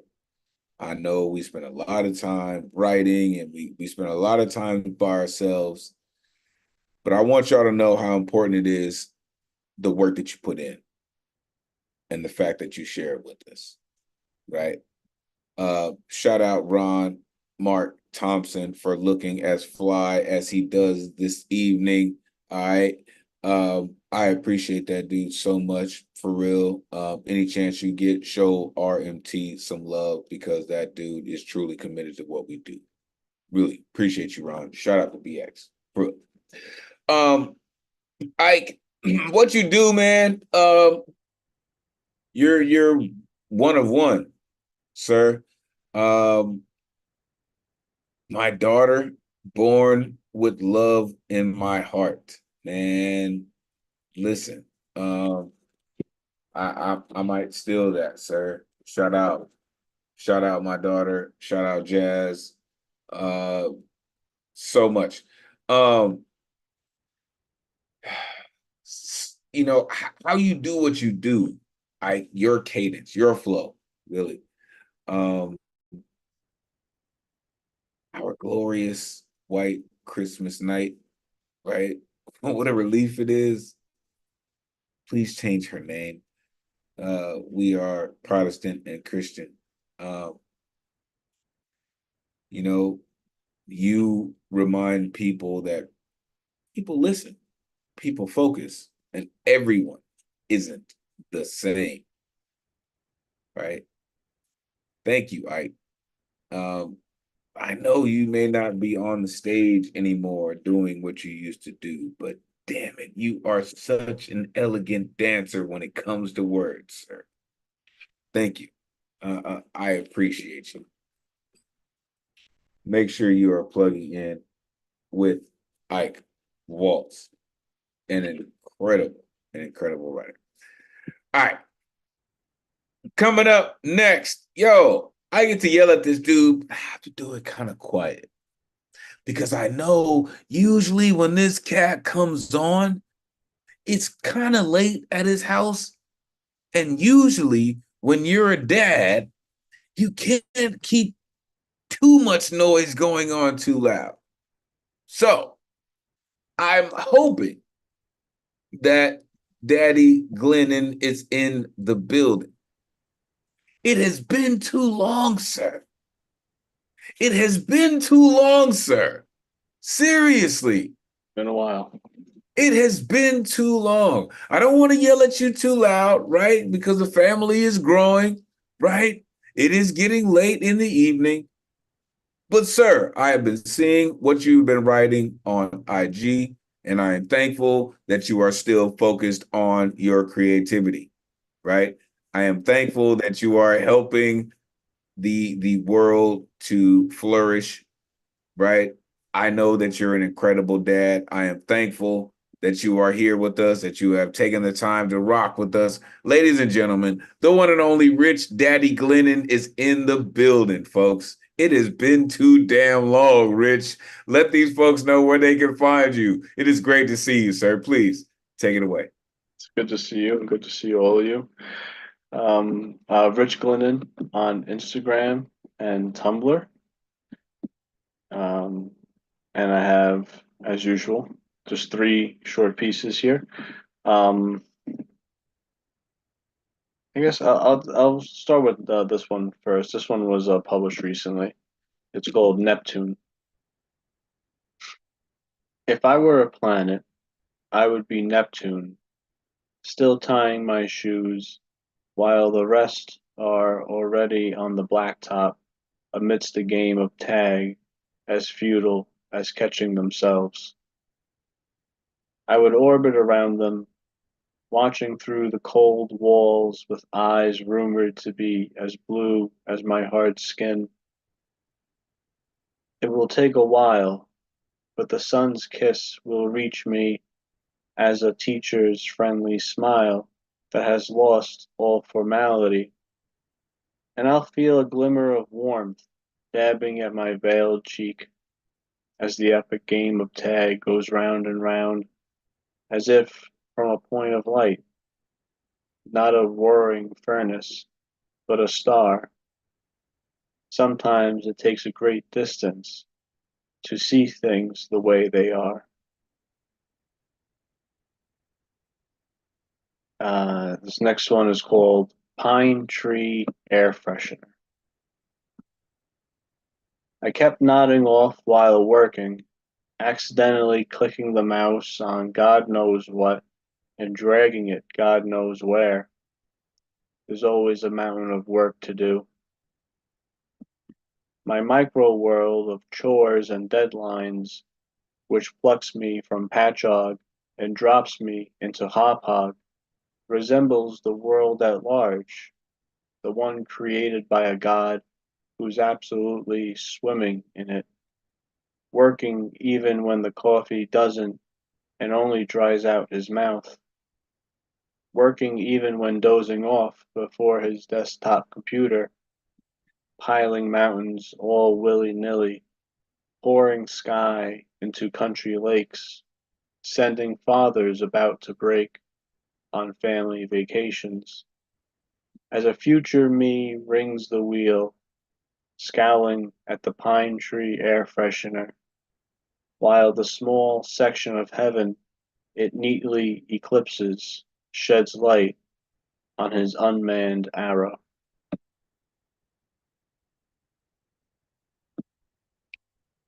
And this last one is called Women Be Shopping.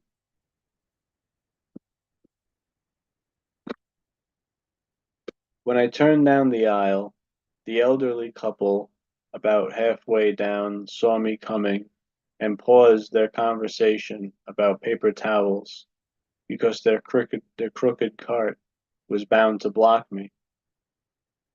The woman was still adjusting it when I reached her, and she said, "Sorry, I park like a woman, anywhere I want." I mustered a polite chuckle, which gave me time to formulate my comment. "There you go," which didn't really give her quip enough justice, for I thought it was very good. How it started out one way, easing down misogynist lane, before coming to a controlled stop and making a proper right-hand turn onto feminist boulevard, all the while with her left blinker on. All right, thank you. Damn, easy down misogynist lane. This dude.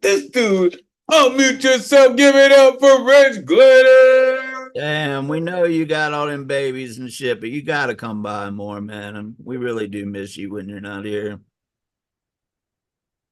Thanks. And listen, Rich, you have a particular perspective and a way of writing that I believe enhances the world. Everyone can't do what you do, sir. And then community, I want you to notice how he just said, "Oh, this one has been recently published."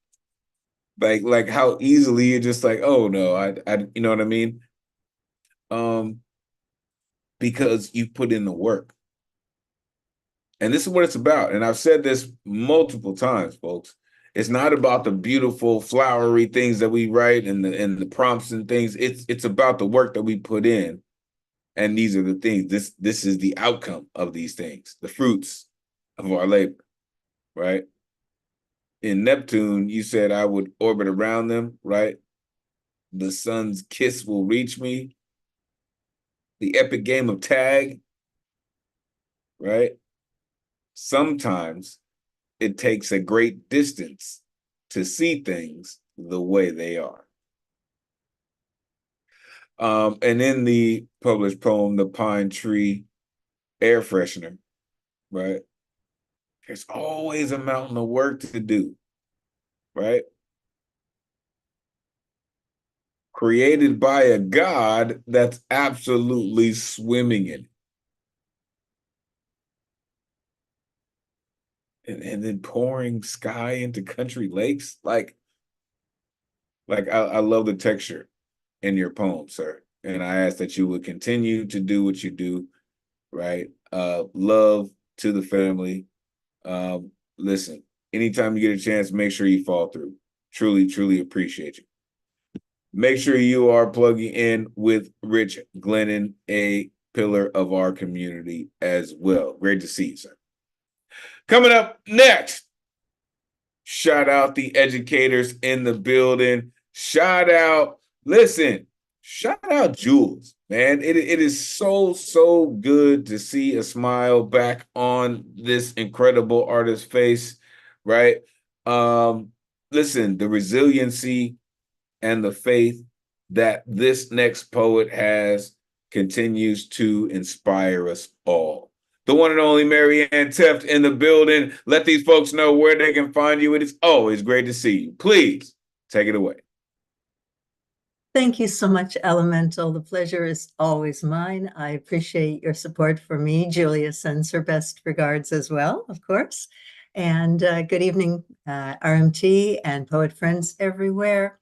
Elemental, thank you so much for the support you always offer for us educators. Also, I'd like to take this moment to shout out my level 6 students, Evelyn and Wyatt, who are moving up to middle school in just a couple of days. And that's the joyful part of the classroom experience, of course. And I'd like to share a poem tonight that was inspired by conversations that I had with a former grade 6 student as well, from the more challenging side of the classroom. And this is called She Rides the Bus. She rides the bus every day. When they start to screech like hopped up pillheads, she wants to hide among the Sunny D straws jammed between the torn plastic seats. She wants to crumple herself up like the nasty notes they thrust into her face. They pump their fists up and down in their laps, debating how many times that one kid left class to jerk off today, insisting they would never do it, eyes closed, like 40-year-olds who live in their mother's basements and spend their days eating pizza. She tells them they're disgusting, just like yesterday. The smug one, who used to be her bestie in elementary school, tells her to shut up. Girls are so dramatic. They think everything is so traumatic. But they always want to play boys chase girls at recess, and some bend over without asking when they get caught.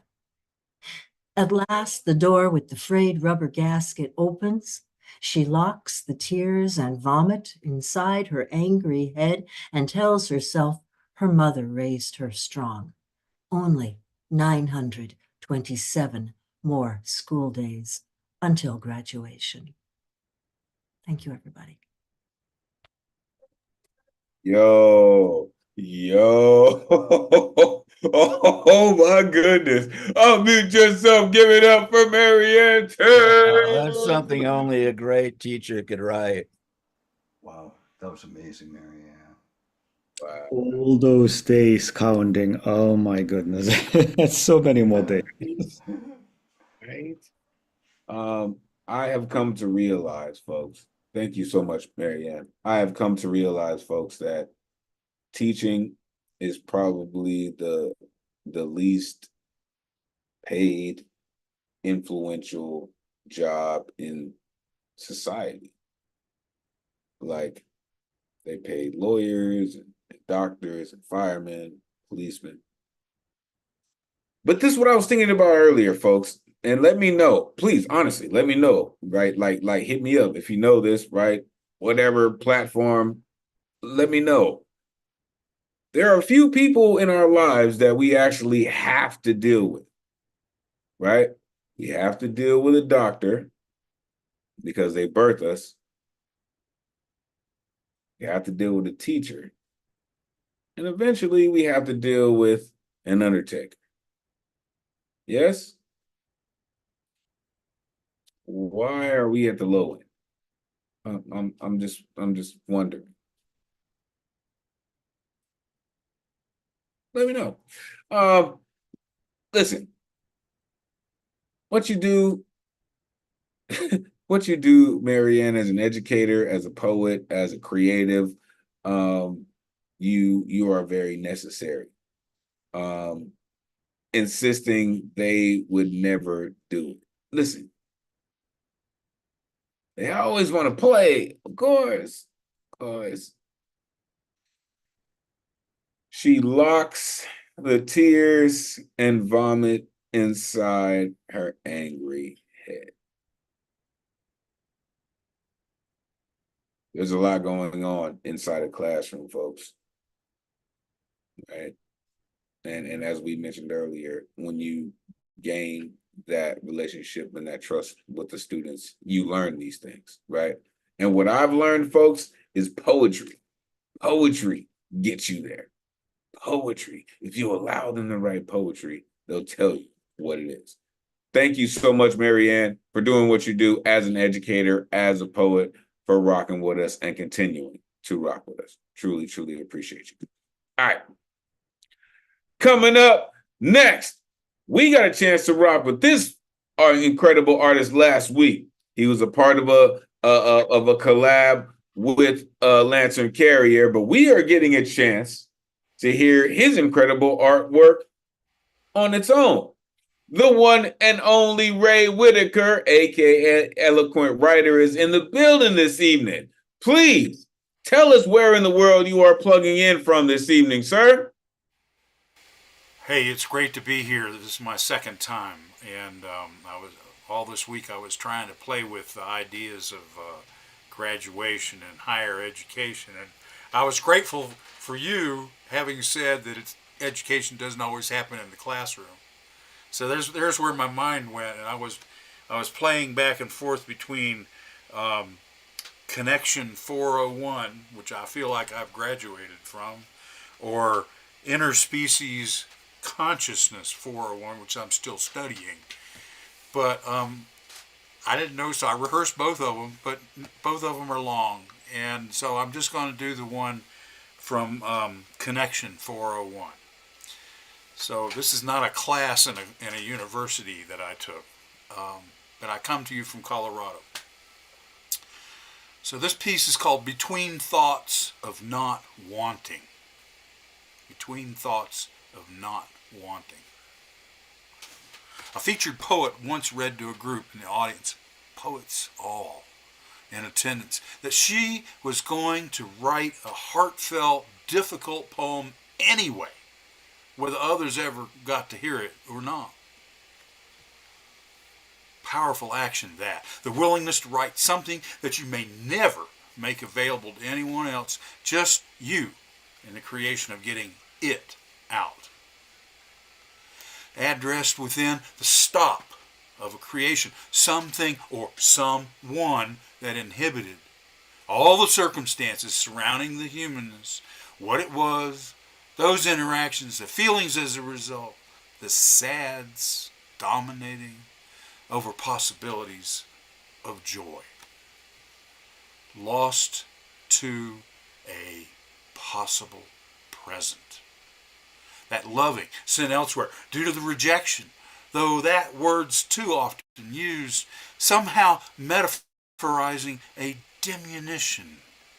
As a diminuendo in the music, dynamics left to the constrained imagination and residing there only on the lost love, less gasping on the beach, now having only shallow breaths after nearly been drowned.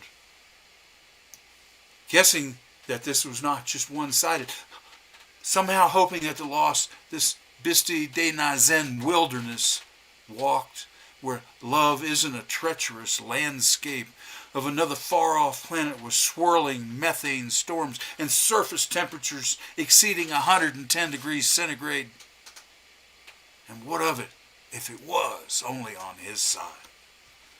Where, on the escarpment wall leading atop the mesa, is there a ladder to an earnest cliff dwelling, a tender, affectionate place made of native red sandstone under a protective overhang, leading arroyos to the structure of an amor, of which pushes passion into existence. In this age group stand alone. Affluence stands by itself too, judging based on the solitary value of appearance, exclusively left isolated from passion felt.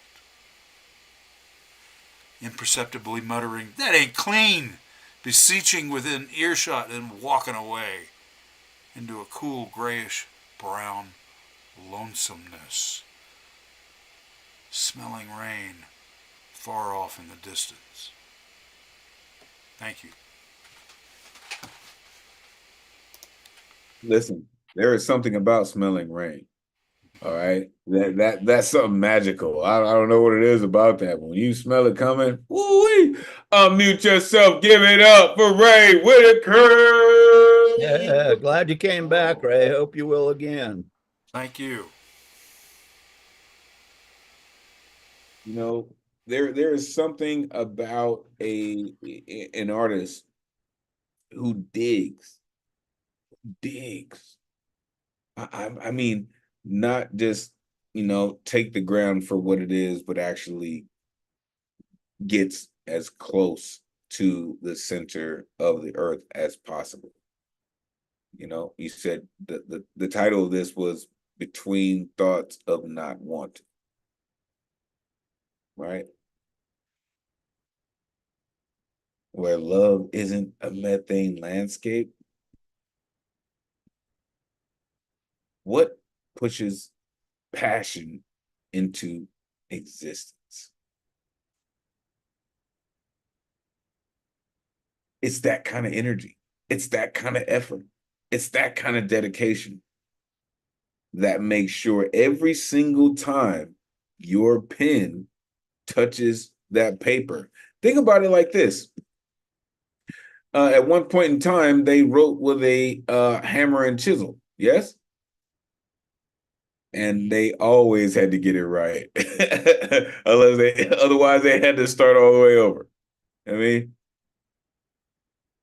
that's how we do with our pen. So thank you. I appreciate you, sir. All right. Coming up next, Catnip. I don't see Catnip in the building. Shout out Catnip. A few folks who weren't able to join us this evening. Shout out to Dragon of the West, Keith Marr. Jenny was in the building. Sri Lal. Jenny is in the building. Sri Lal was in the building earlier. I appreciate all of you who are watching on the different social media platforms. Truly, truly appreciate you. So we are going to move on to this cat. Listen, since you have decided to go a different route with your hair, I think you need to change your avatar, sir. Because listen, it used to be flowing, and now not so much. But every single time this cat comes, he is always on point. The one and only Prince of P is in the building. Let these folks know where they can find you, man. It is always great to see you. Please, take it away. I'll be sharing free poems tonight. The first one is untitled right now. Yellow lemonade light is gazing on my melanated skin. Next to the joy I feel, next to the myrrh. But you, yellow lemonade sunlight, bring me out the house. My eyes were dice. My eyes were dice, just rolling. Seeing the world jump into pool to cool the bodies. You are the cause, yellow lemonade light. Yellow lemonade light soften the air with its sultry presence. You lay down among ballerina bright dots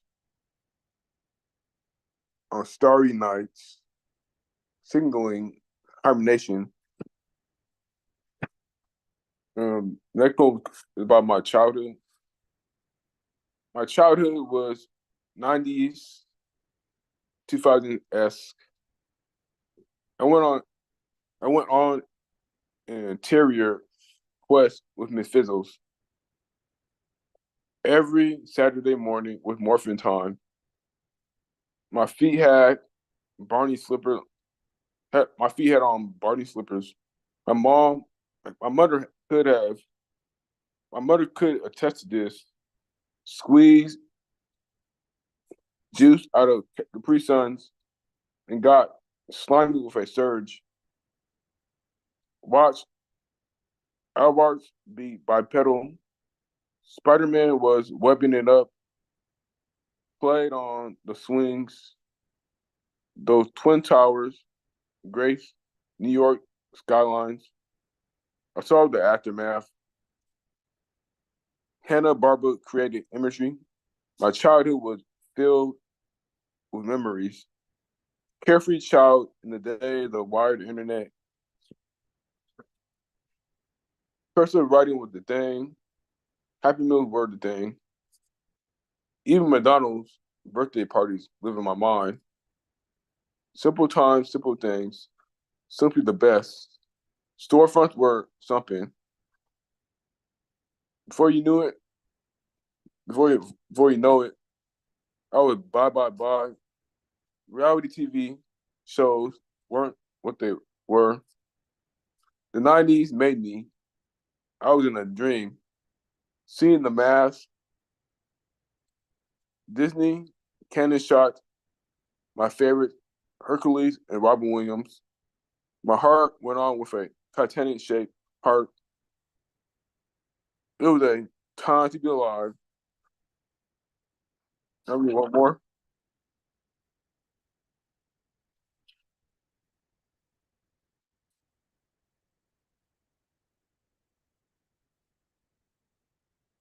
His body was a windmill.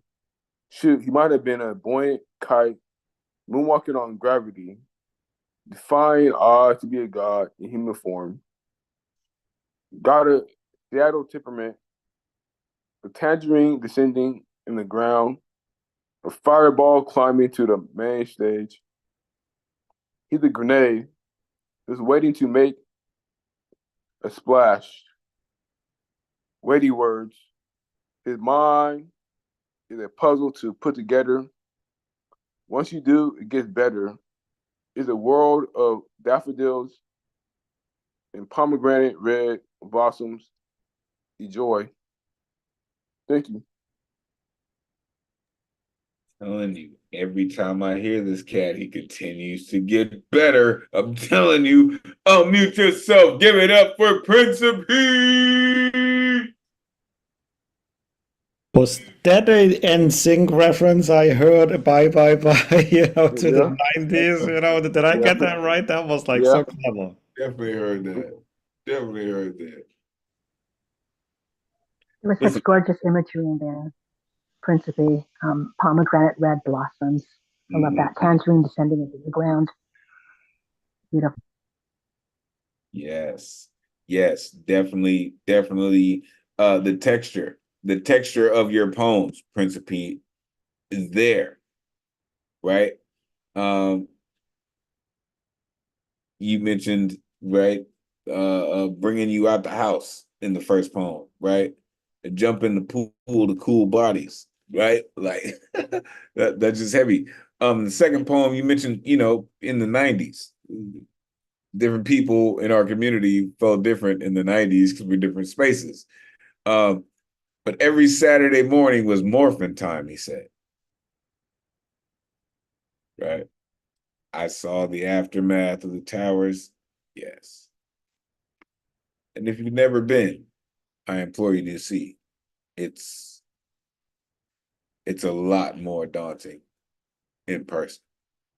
Hanna-Barbera. Oh my goodness. Hanna-Barbera is responsible for some of the greatest things in our childhood, in our memory, really. Some disturbing, but hey.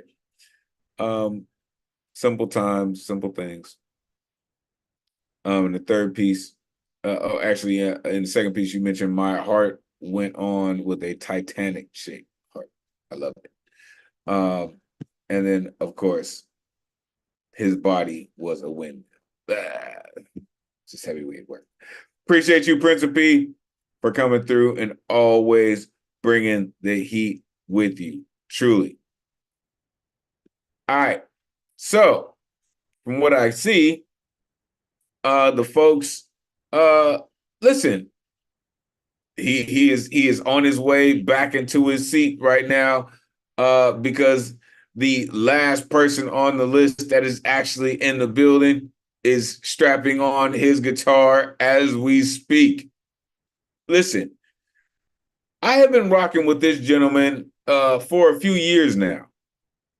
And I promise you that he has been so dedicated to his music, to perfecting his craft, and getting better at what he does. And I always look forward to hearing his incredible music. The one and only Bill Elkins in the building. Let these folks know where they can find you. It is always great to see you, sir. And he happens to be a dope-ass Giants fan. Please take it. Thank you, Elemental. I really appreciate your preface there. Yes, I am a Giants fan, but I'm also a Dodger fan.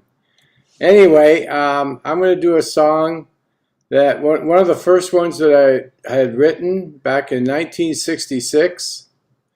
It's called, well, no, I'm sorry. I'm not going to do it. I'm going to do a more political one. I was upstaged by the orange creature from the Black Lagoon. It's called Legend in His Own Mind, The Ballad of Donald Trump. I sang it a few years ago, or a few months ago, but I'm going to sing it again because I'll tell you, this guy scares the shit out of me. You know, and I can't believe the complacency in this country about, and reports about all these people who used to vote for Biden that are going to Trump. You know, we got a lot. It's just terrifying. I just hope it doesn't happen. Anyway, Legend in His Own Mind, Ballad of Trump, Donald Trump. Here we go. Hope you like it.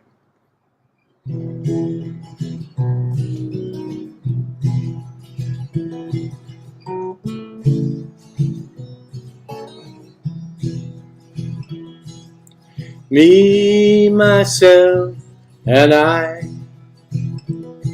is all that matters to me.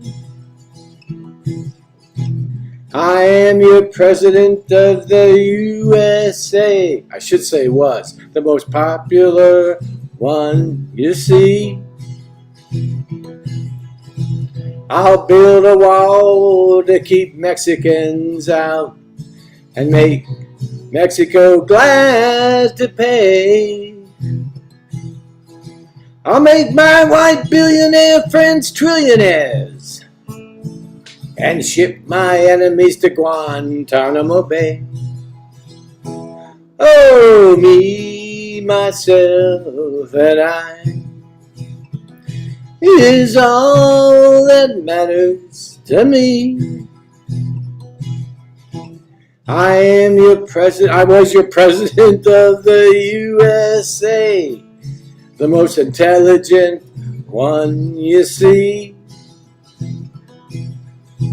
I'll rewrite the Constitution and push the High Court to the right of Attila the Hun. I'll empower NRA, you rednecks, to teach our children to shoot and carry guns. Whoa, me, myself, and I is all that matters to me. I was your president of the USA, the best negotiator, you see. I want the religious right to capture all liberals and nail them to a cross. I'll have Fox News publish all news that I approve, and I'll shut down the fake news New York Times. Oh, me, myself, and I is all that matters to me. I am your president of the USA, Hey, the most powerful one, you see. I'll banish all science, including global warming, evolution, CDC, and the EPA. I declare creationism to be our religion and ship all heathens to Guantanamo Bay. Oh, me, myself, and I is all that matters to me. I was your president, soon to be your emperor. Oh, yes. Oh, yes, indeed. My friend Putin is my mentor. I want to be a cold bastard just like him. He's helped me get here, oh, more than you know. Hell, the lyrics to this song I got from him. My vision for your future, which I will reveal in my tweets. I am the new world order and will nuke any country who questions my sovereignty. I'll restore the white male ruling class, relegating women and minorities back to subservient roles. I'll empower the born-again religious right. They don't question my supreme unfettered authority. My name is Donald Trump. Putin and I approve this message. Thank you, everybody.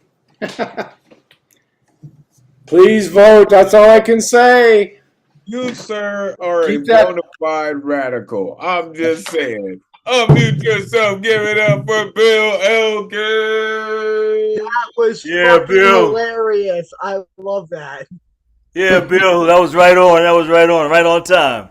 Man. Yes, We gotta sir. stop him. We gotta stop Hell him. yeah. Talk that talk. I love that last line. Putin and Trump approved this song. Yeah. No. And by the way, there was one incorrect statement. Trump no longer tweets. His last tweet was last year. He is on his own platform, Truth Social. And I don't even know how you say it. Do you Truth Social there if you post something there? I don't know, you know. Fuck True Social. Hell with him.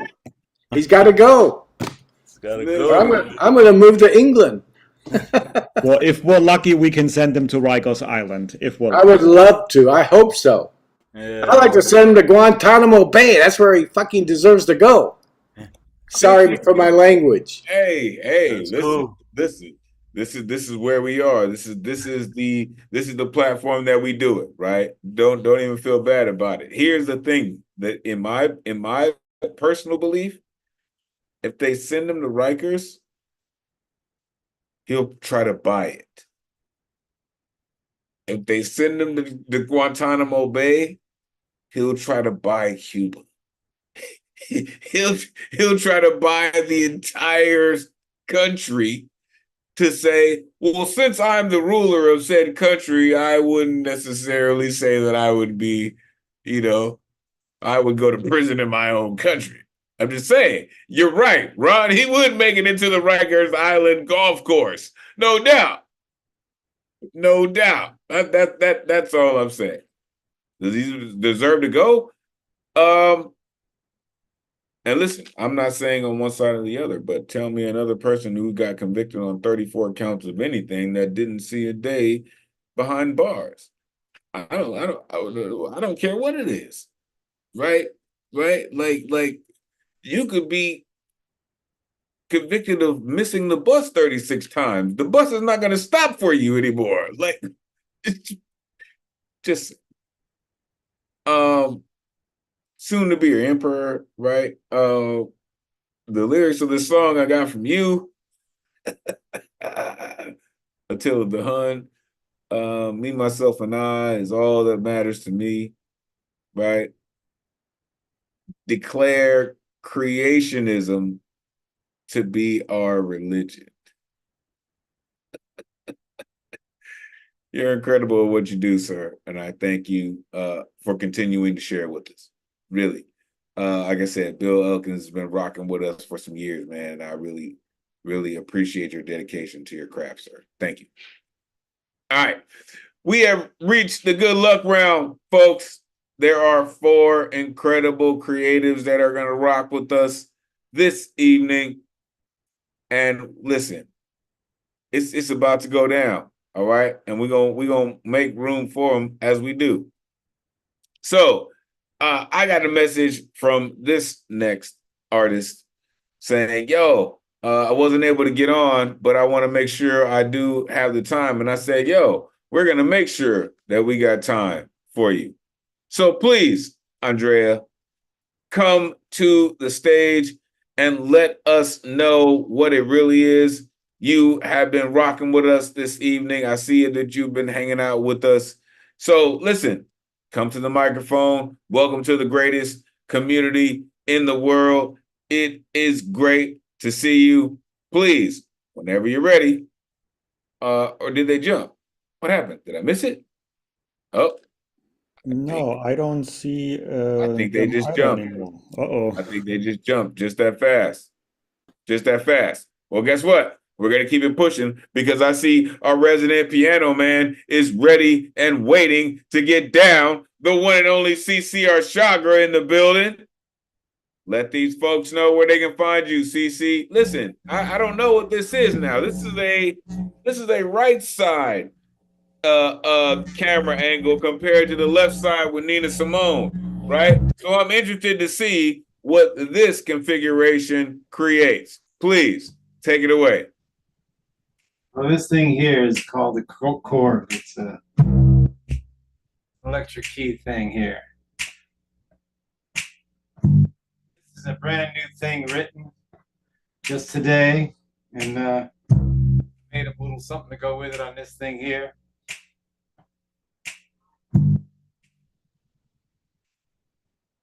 And the Human Room Open Voice is Sunday at 12 o'clock. You go to my website, CC Arshagra. At the top of the page, it says THROV. You click on that, and then you just follow the video there, and it says become a participant. You do this one time, and you get an invite every month. You can speak your mind, whatever you got to say or whatever your art is, based on this little thing called the principles of involvement. Basically, bring your benevolence. What's your contribution to the world? So that's that. And then there's all the Facebook, Twitter, IT, whatever all that shit is.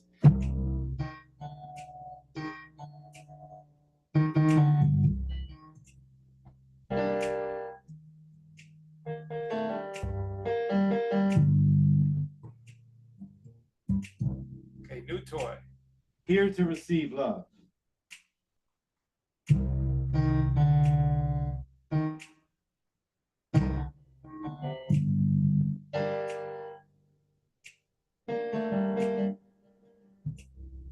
There's a way to dream while wide awake. The dreamscape is entering and the world is all around you.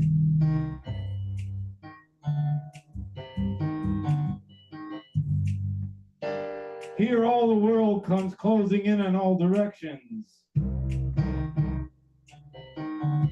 size of the dream world moves slow towards you. And the experience is akin to feeling like you're falling back while standing, watching still a movie scene where all the action is playing in full reverse, messing with the idea in your mind that you are really here.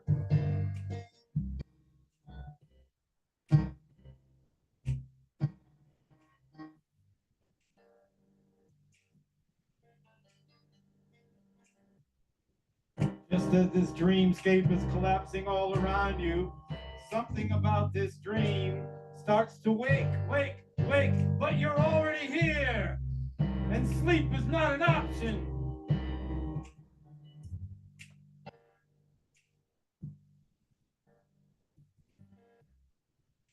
Although the collapse of life is all around you strange, you feel like the world's now coming to a rest.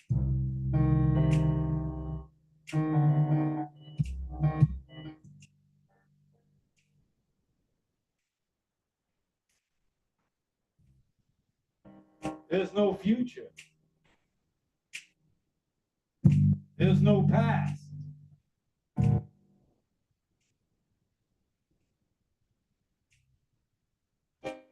But the beauty is overwhelming.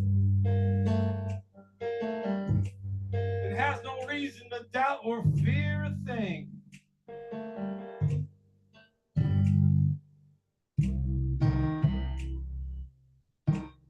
And here, the presence of you. Here, the presence of you.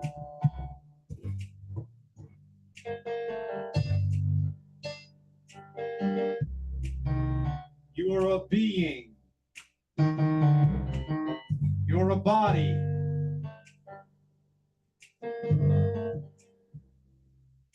And your every cell is in agreement and alignment and in harmony with the hum. The clearest thought you ever had appears.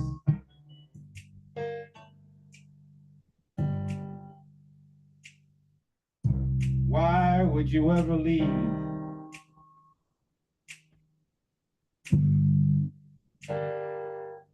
You are not being. Why would you ever leave? You are now being. You don't need a time machine. You don't need to be immortal. You don't need to service good or evil. You don't need to be in the company of gods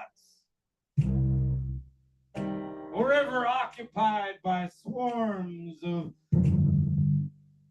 countless encroaching egos.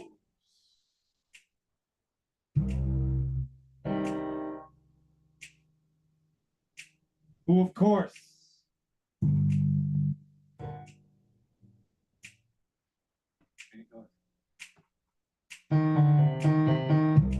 don't need to be in the company of countless encroaching egos.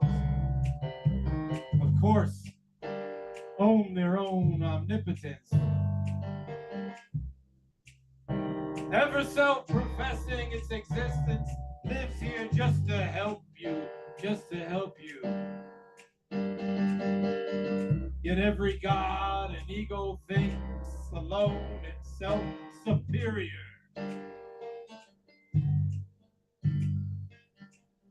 Just managing other entities who are all at war,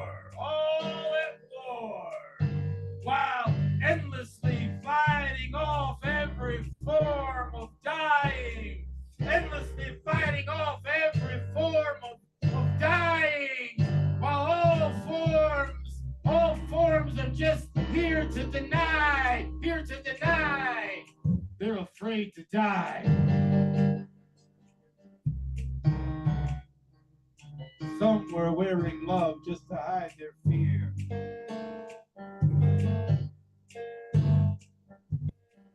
Others were running round in circles squared. Running round in circles squared. Kill or be killed. Eat or be eaten.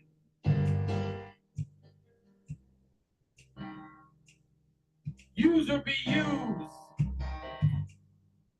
Take or be taken. Using everything that life form gives. No matter the obvious. Of all reflections. No come out of the obvious of all shadows.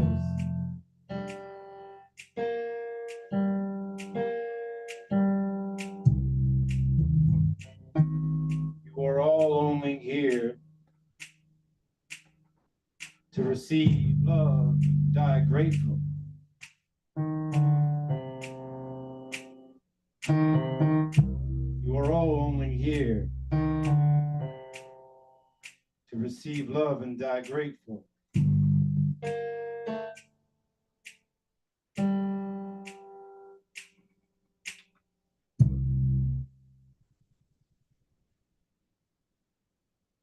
And that is new shit. Ode to Feces. No, it's called You're Here to Receive Love. Yo, anytime that cat steps to an instrument, he is guaranteed to give you something incredible. Unmute yourself. Give it up for CCR Chagra. CC. Yeah, you had mentioned Nina, and I was just watching her a couple of days ago, some clips of her, and thinking to myself, this just reminds me of Cece so much. This is Phoebe Legere. She's a famous New York artist. If you don't know who Phoebe is, she's taken the low road to the high reason of being an artist. And I'm lucky enough to have, I think, one of her best paintings ever. Man, CC, you know what? I love the fact that you are always a professional musician, right? You constantly stay connected to the microphone, right? As a former stage performer, I understand how important that is, especially when you're trying to convey your message. You always want to make sure that your audience can hear you. I appreciate that. The one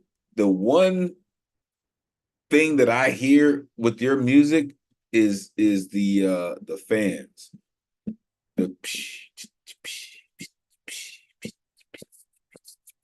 Like if you ever got yourself with a drummer that had the metal, like it would be over, sir. Like you would take over. The club would be yours for real. Window to the wall. The beauty is overwhelming, right? This dreamscape is collapsing all around you. Why would you ever leave? You don't need to be immortal. Like they are trained to die. That's unfortunately eerily close to why soldiers do what they do and feel the way they feel. To receive love and die grateful. Sir, your lyric writing is it's on another level. And I need you to continue to do exactly what you do. I appreciate you and for always bringing it to us at a high level, always 100%. I appreciate you. 2 more poets this evening, folks. Coming up next, a newer member of our community, but this cat has continued to come through and bring that real. He also brought some music last week, right? Brought 2 pieces and brought some music last week, and we're going to see what this lost boy is going to do. The one and only Dylan Lawler is in the building. Let these folks know where they can find you, man. Great to see you. Please, take it away. Hey, what's up? Thanks for having me. You can find me every Saturday night at on YouTube or Facebook. Lost Boys Cypher Circle. It's a community a lot like this one. We bring artists together to connect and just vibe with each other and support each other. Also, go follow us Facebook, Instagram, everywhere else you find podcasts. I'm going to actually put that down in the chat right here so everyone can take a look at it. But yeah, catch us this Saturday night. And we got our man Elemen2al coming on this week. So I'm excited for that. Yeah, man. So but I got 2 pieces for you tonight. I got another rap and I got another spoken word. I think I'm gonna lead us off with the rap. This one's called To Be Better. Lately, he feels like his feelings are constantly stomped in the dirt because he doesn't feel heard. He screams because he doesn't know how to express it at first, and he speaks to the walls with his fists because he doesn't have words. All they hear is him cursing and going berserk, but inside he's beginning to question his worth. Yeah, he's dying inside, but he's trying to hide what goes on in his mind. And he's trying so hard to keep hold of his pride. So when he's alone and the feeling is right, he picks up a pen and he writes down a line. Then he gets stuck and just stares at the time, wasting his life while the hours tick by, wondering why he is stuck in one place and he can't seem to break himself free of the spine. But lately, he thinks that this may be a sign. He's beginning to think that he can't even write. He's ashamed of himself, but he can't ask for help, but because everyone else might be able to tell that he's going through hell. Then he might have to come out of his shell. Then he might have to admit he's not well, and he knows it's more easy to yell till he loses his voice and then blame someone else, but he's really been trying to stop lashing out, so he closes his mind and he locks up his heart in a cell. And nobody knows his emotions are closed when he gets in that zone. Nobody knows that he shut them all out so he can't be exposed. Nobody knows there's a place that he goes where there is no light and it's bitter and cold. A place he can hide is the deepest of holes. Nobody knows that his soul has been sold to the darkness within, though it's right there at the heart of his sin and it bleeds from the tip of his pen. Because every smile he fakes makes it harder to grin. Every fight with his darkness makes him sure to win. He hates being awake, but at nighttime is when the demons come out because he can't keep them in. They beat on his heart and they scratch his skin. They tear him apart until he just gives in, does whatever they want, and then starts the self-hatred all over again. And that is the reason he can't ever sleep, because he's scared of the things he might see in his dreams. He's scared his subconscious might replay the scenes of him hurting the people he loves with his deeds. So he tosses and turns in his bed, thinking of things that he shouldn't have said, wondering if he could have just taken a breath. If he could have sat down and just counted to 10. If he could have held on to his temper instead of giving into the hate and the anger again. It's a fight to be better, and he's trying to win, but he's seen lesser battles destroy bigger men, and he doesn't want to be better than them. He just wants to be better than the person who picked up this pen. And that is to be better. And this next one is the first part of a two-piece kind of story. Maybe I'll do the next piece next time I come up here, but if you want to see it, you can also go to my YouTube channel. But this part is called The Girl Who Loaned Me a Pencil.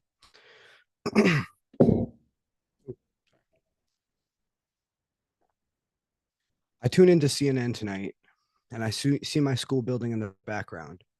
They're calling the shooting breaking news, as if no one wants to admit that something has been broken for a long, long time. All the teachers are crying as they stand huddled together outside the old brick building, clutching their chests as if to keep their souls from escaping. They stare into the vast, empty, and indifferent eyes of the camera, each of them wondering how such a wonderful kid could do something so horrible. But the only thought in my head as I sit in the darkness in my room, eyes glued to the screen, is how could she not? I didn't know her very well. I waved to her once, held the door for her once. She loaned me a pencil once. I saw her every day, but never asked how she was doing. I never asked because I already knew.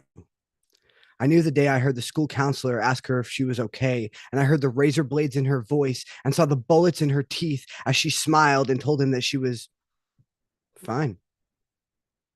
I knew because I was there the day she got chocolate milk dumped down her shirt in the cafeteria. I knew because I was just 2 seats over as spitballs were hitting the back of her neck during midterms. I knew because I heard the fake coughing and the names they muttered as they passed her in the hallway. I knew from the look of hopelessness and despair every time she looked up from her phone. I knew when I heard the sobs as I walked past the bathroom. When no one else did, I knew. I watched day by day as her sleeves got longer and the bags under her eyes got darker. I watched day by day as all of these little things added up to something that somebody should have noticed sooner. I saw the list of names in class one day. Her name was the last on the list. Mine was right above it. I find myself wondering, should I have told someone? Should I have done something? Would it have made a difference? Would it have made it worse? Did I even have the right to get involved? Was I on that list because I didn't? Do I deserve the same fate as the others? should I have gone to school today? In the months to come, they will begin to rationalize the actions of this broken girl. They'll blame the music on her iPod or the movies and games on her shelves. They'll say her parents didn't raise her right. They'll talk about gun reform like AR-15 is the name of some parasite committing crimes against humanity, or some illness to be treated like the common cold. What they won't do is watch the school cameras for the footage of the weeks and months leading up to this tragedy. They won't look at the messages on her Facebook or the notes that the victims left in her locker. Nobody will ever consider her the hero of this story. They certainly won't look at the bodies in the hallway like they're the corpses of slain monsters. And pretty soon, none of them will remember the deadly smile of the girl who loaned me a pencil. But I will never forget it. Thank you very much for having me. Catch me Saturday night on YouTube, Lost Boys Cypher Circle. Deadly smile. Oh my goodness. Unmute yourself. Give it up for Dylan Lawler. Oh man, that was great. While you were doing that, I scored it on a Stradivarius sound, man. I was having a blast. That thing needs some music. Wow, last poem that like really thought-provoking. That was good work. Inside the brain, inside the heart, inside morality. Good work.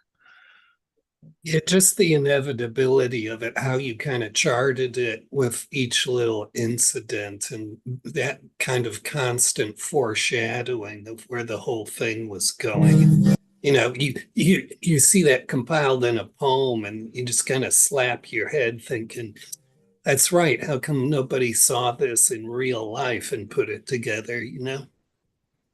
Yeah. Thank you. I really appreciate the feedback. It was I mean, there's far too many school shootings. And it was something that was sparked maybe 2017 or something. There were a lot of like concert shootings and stuff like that happened around that time as well. And it just, I don't know, it got to me and I needed to say something about it. And that was my piece. So thank you. Listen, first of all, thank you for that, for being fearless enough to write that poem.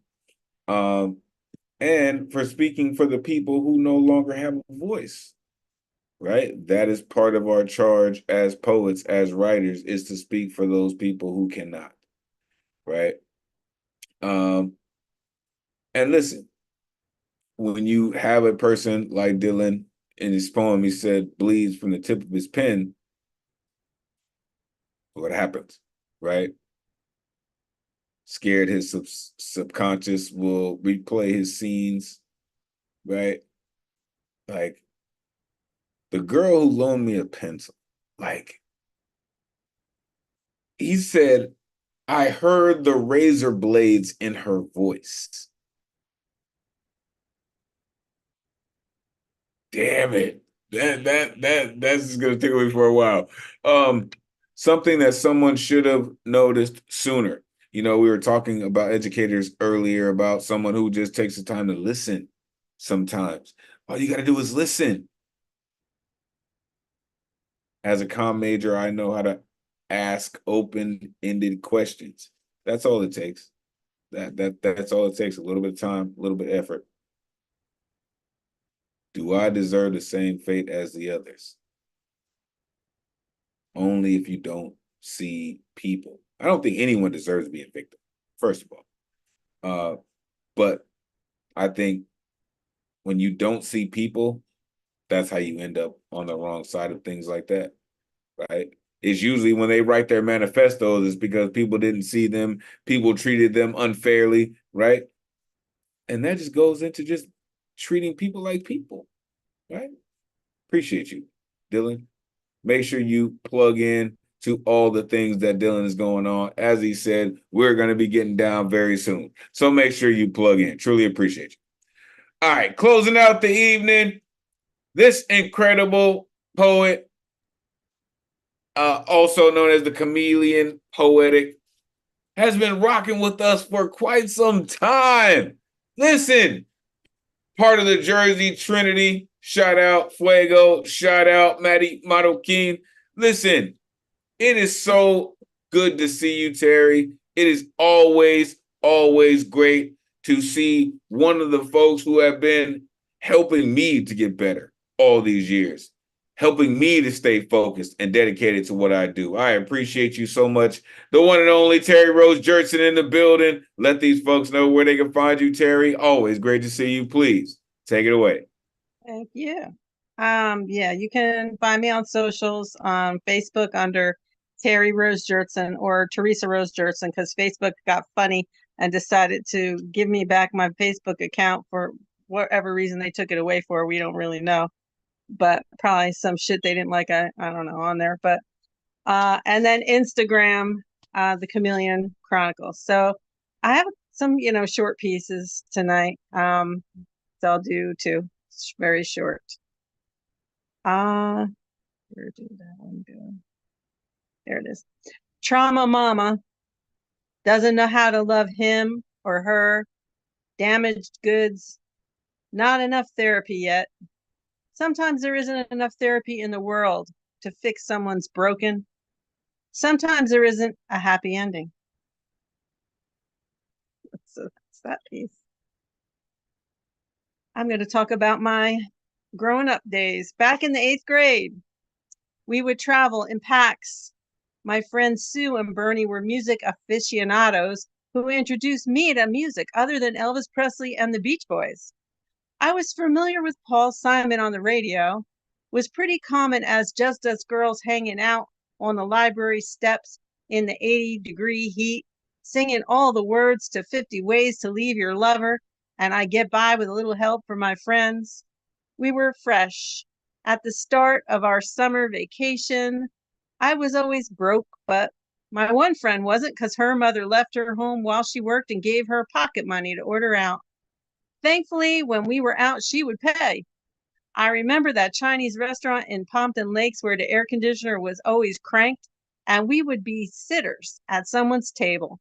4 girls stretching a bowl of crunchy noodles with free refills to the last for a couple of hours until they realized we weren't going to order anything else and asked us to leave. And oh my goodness. You know what? When you start talking about memories that smell like sunshine, you can never go wrong. Unmute yourself. Give it up for Terry Rose Jertson.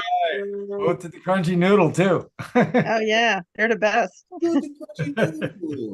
Crunchy noodles, dip it in the duck sauce. Come through with the crunchy noodle though. Listen, I appreciate you so much, Terry.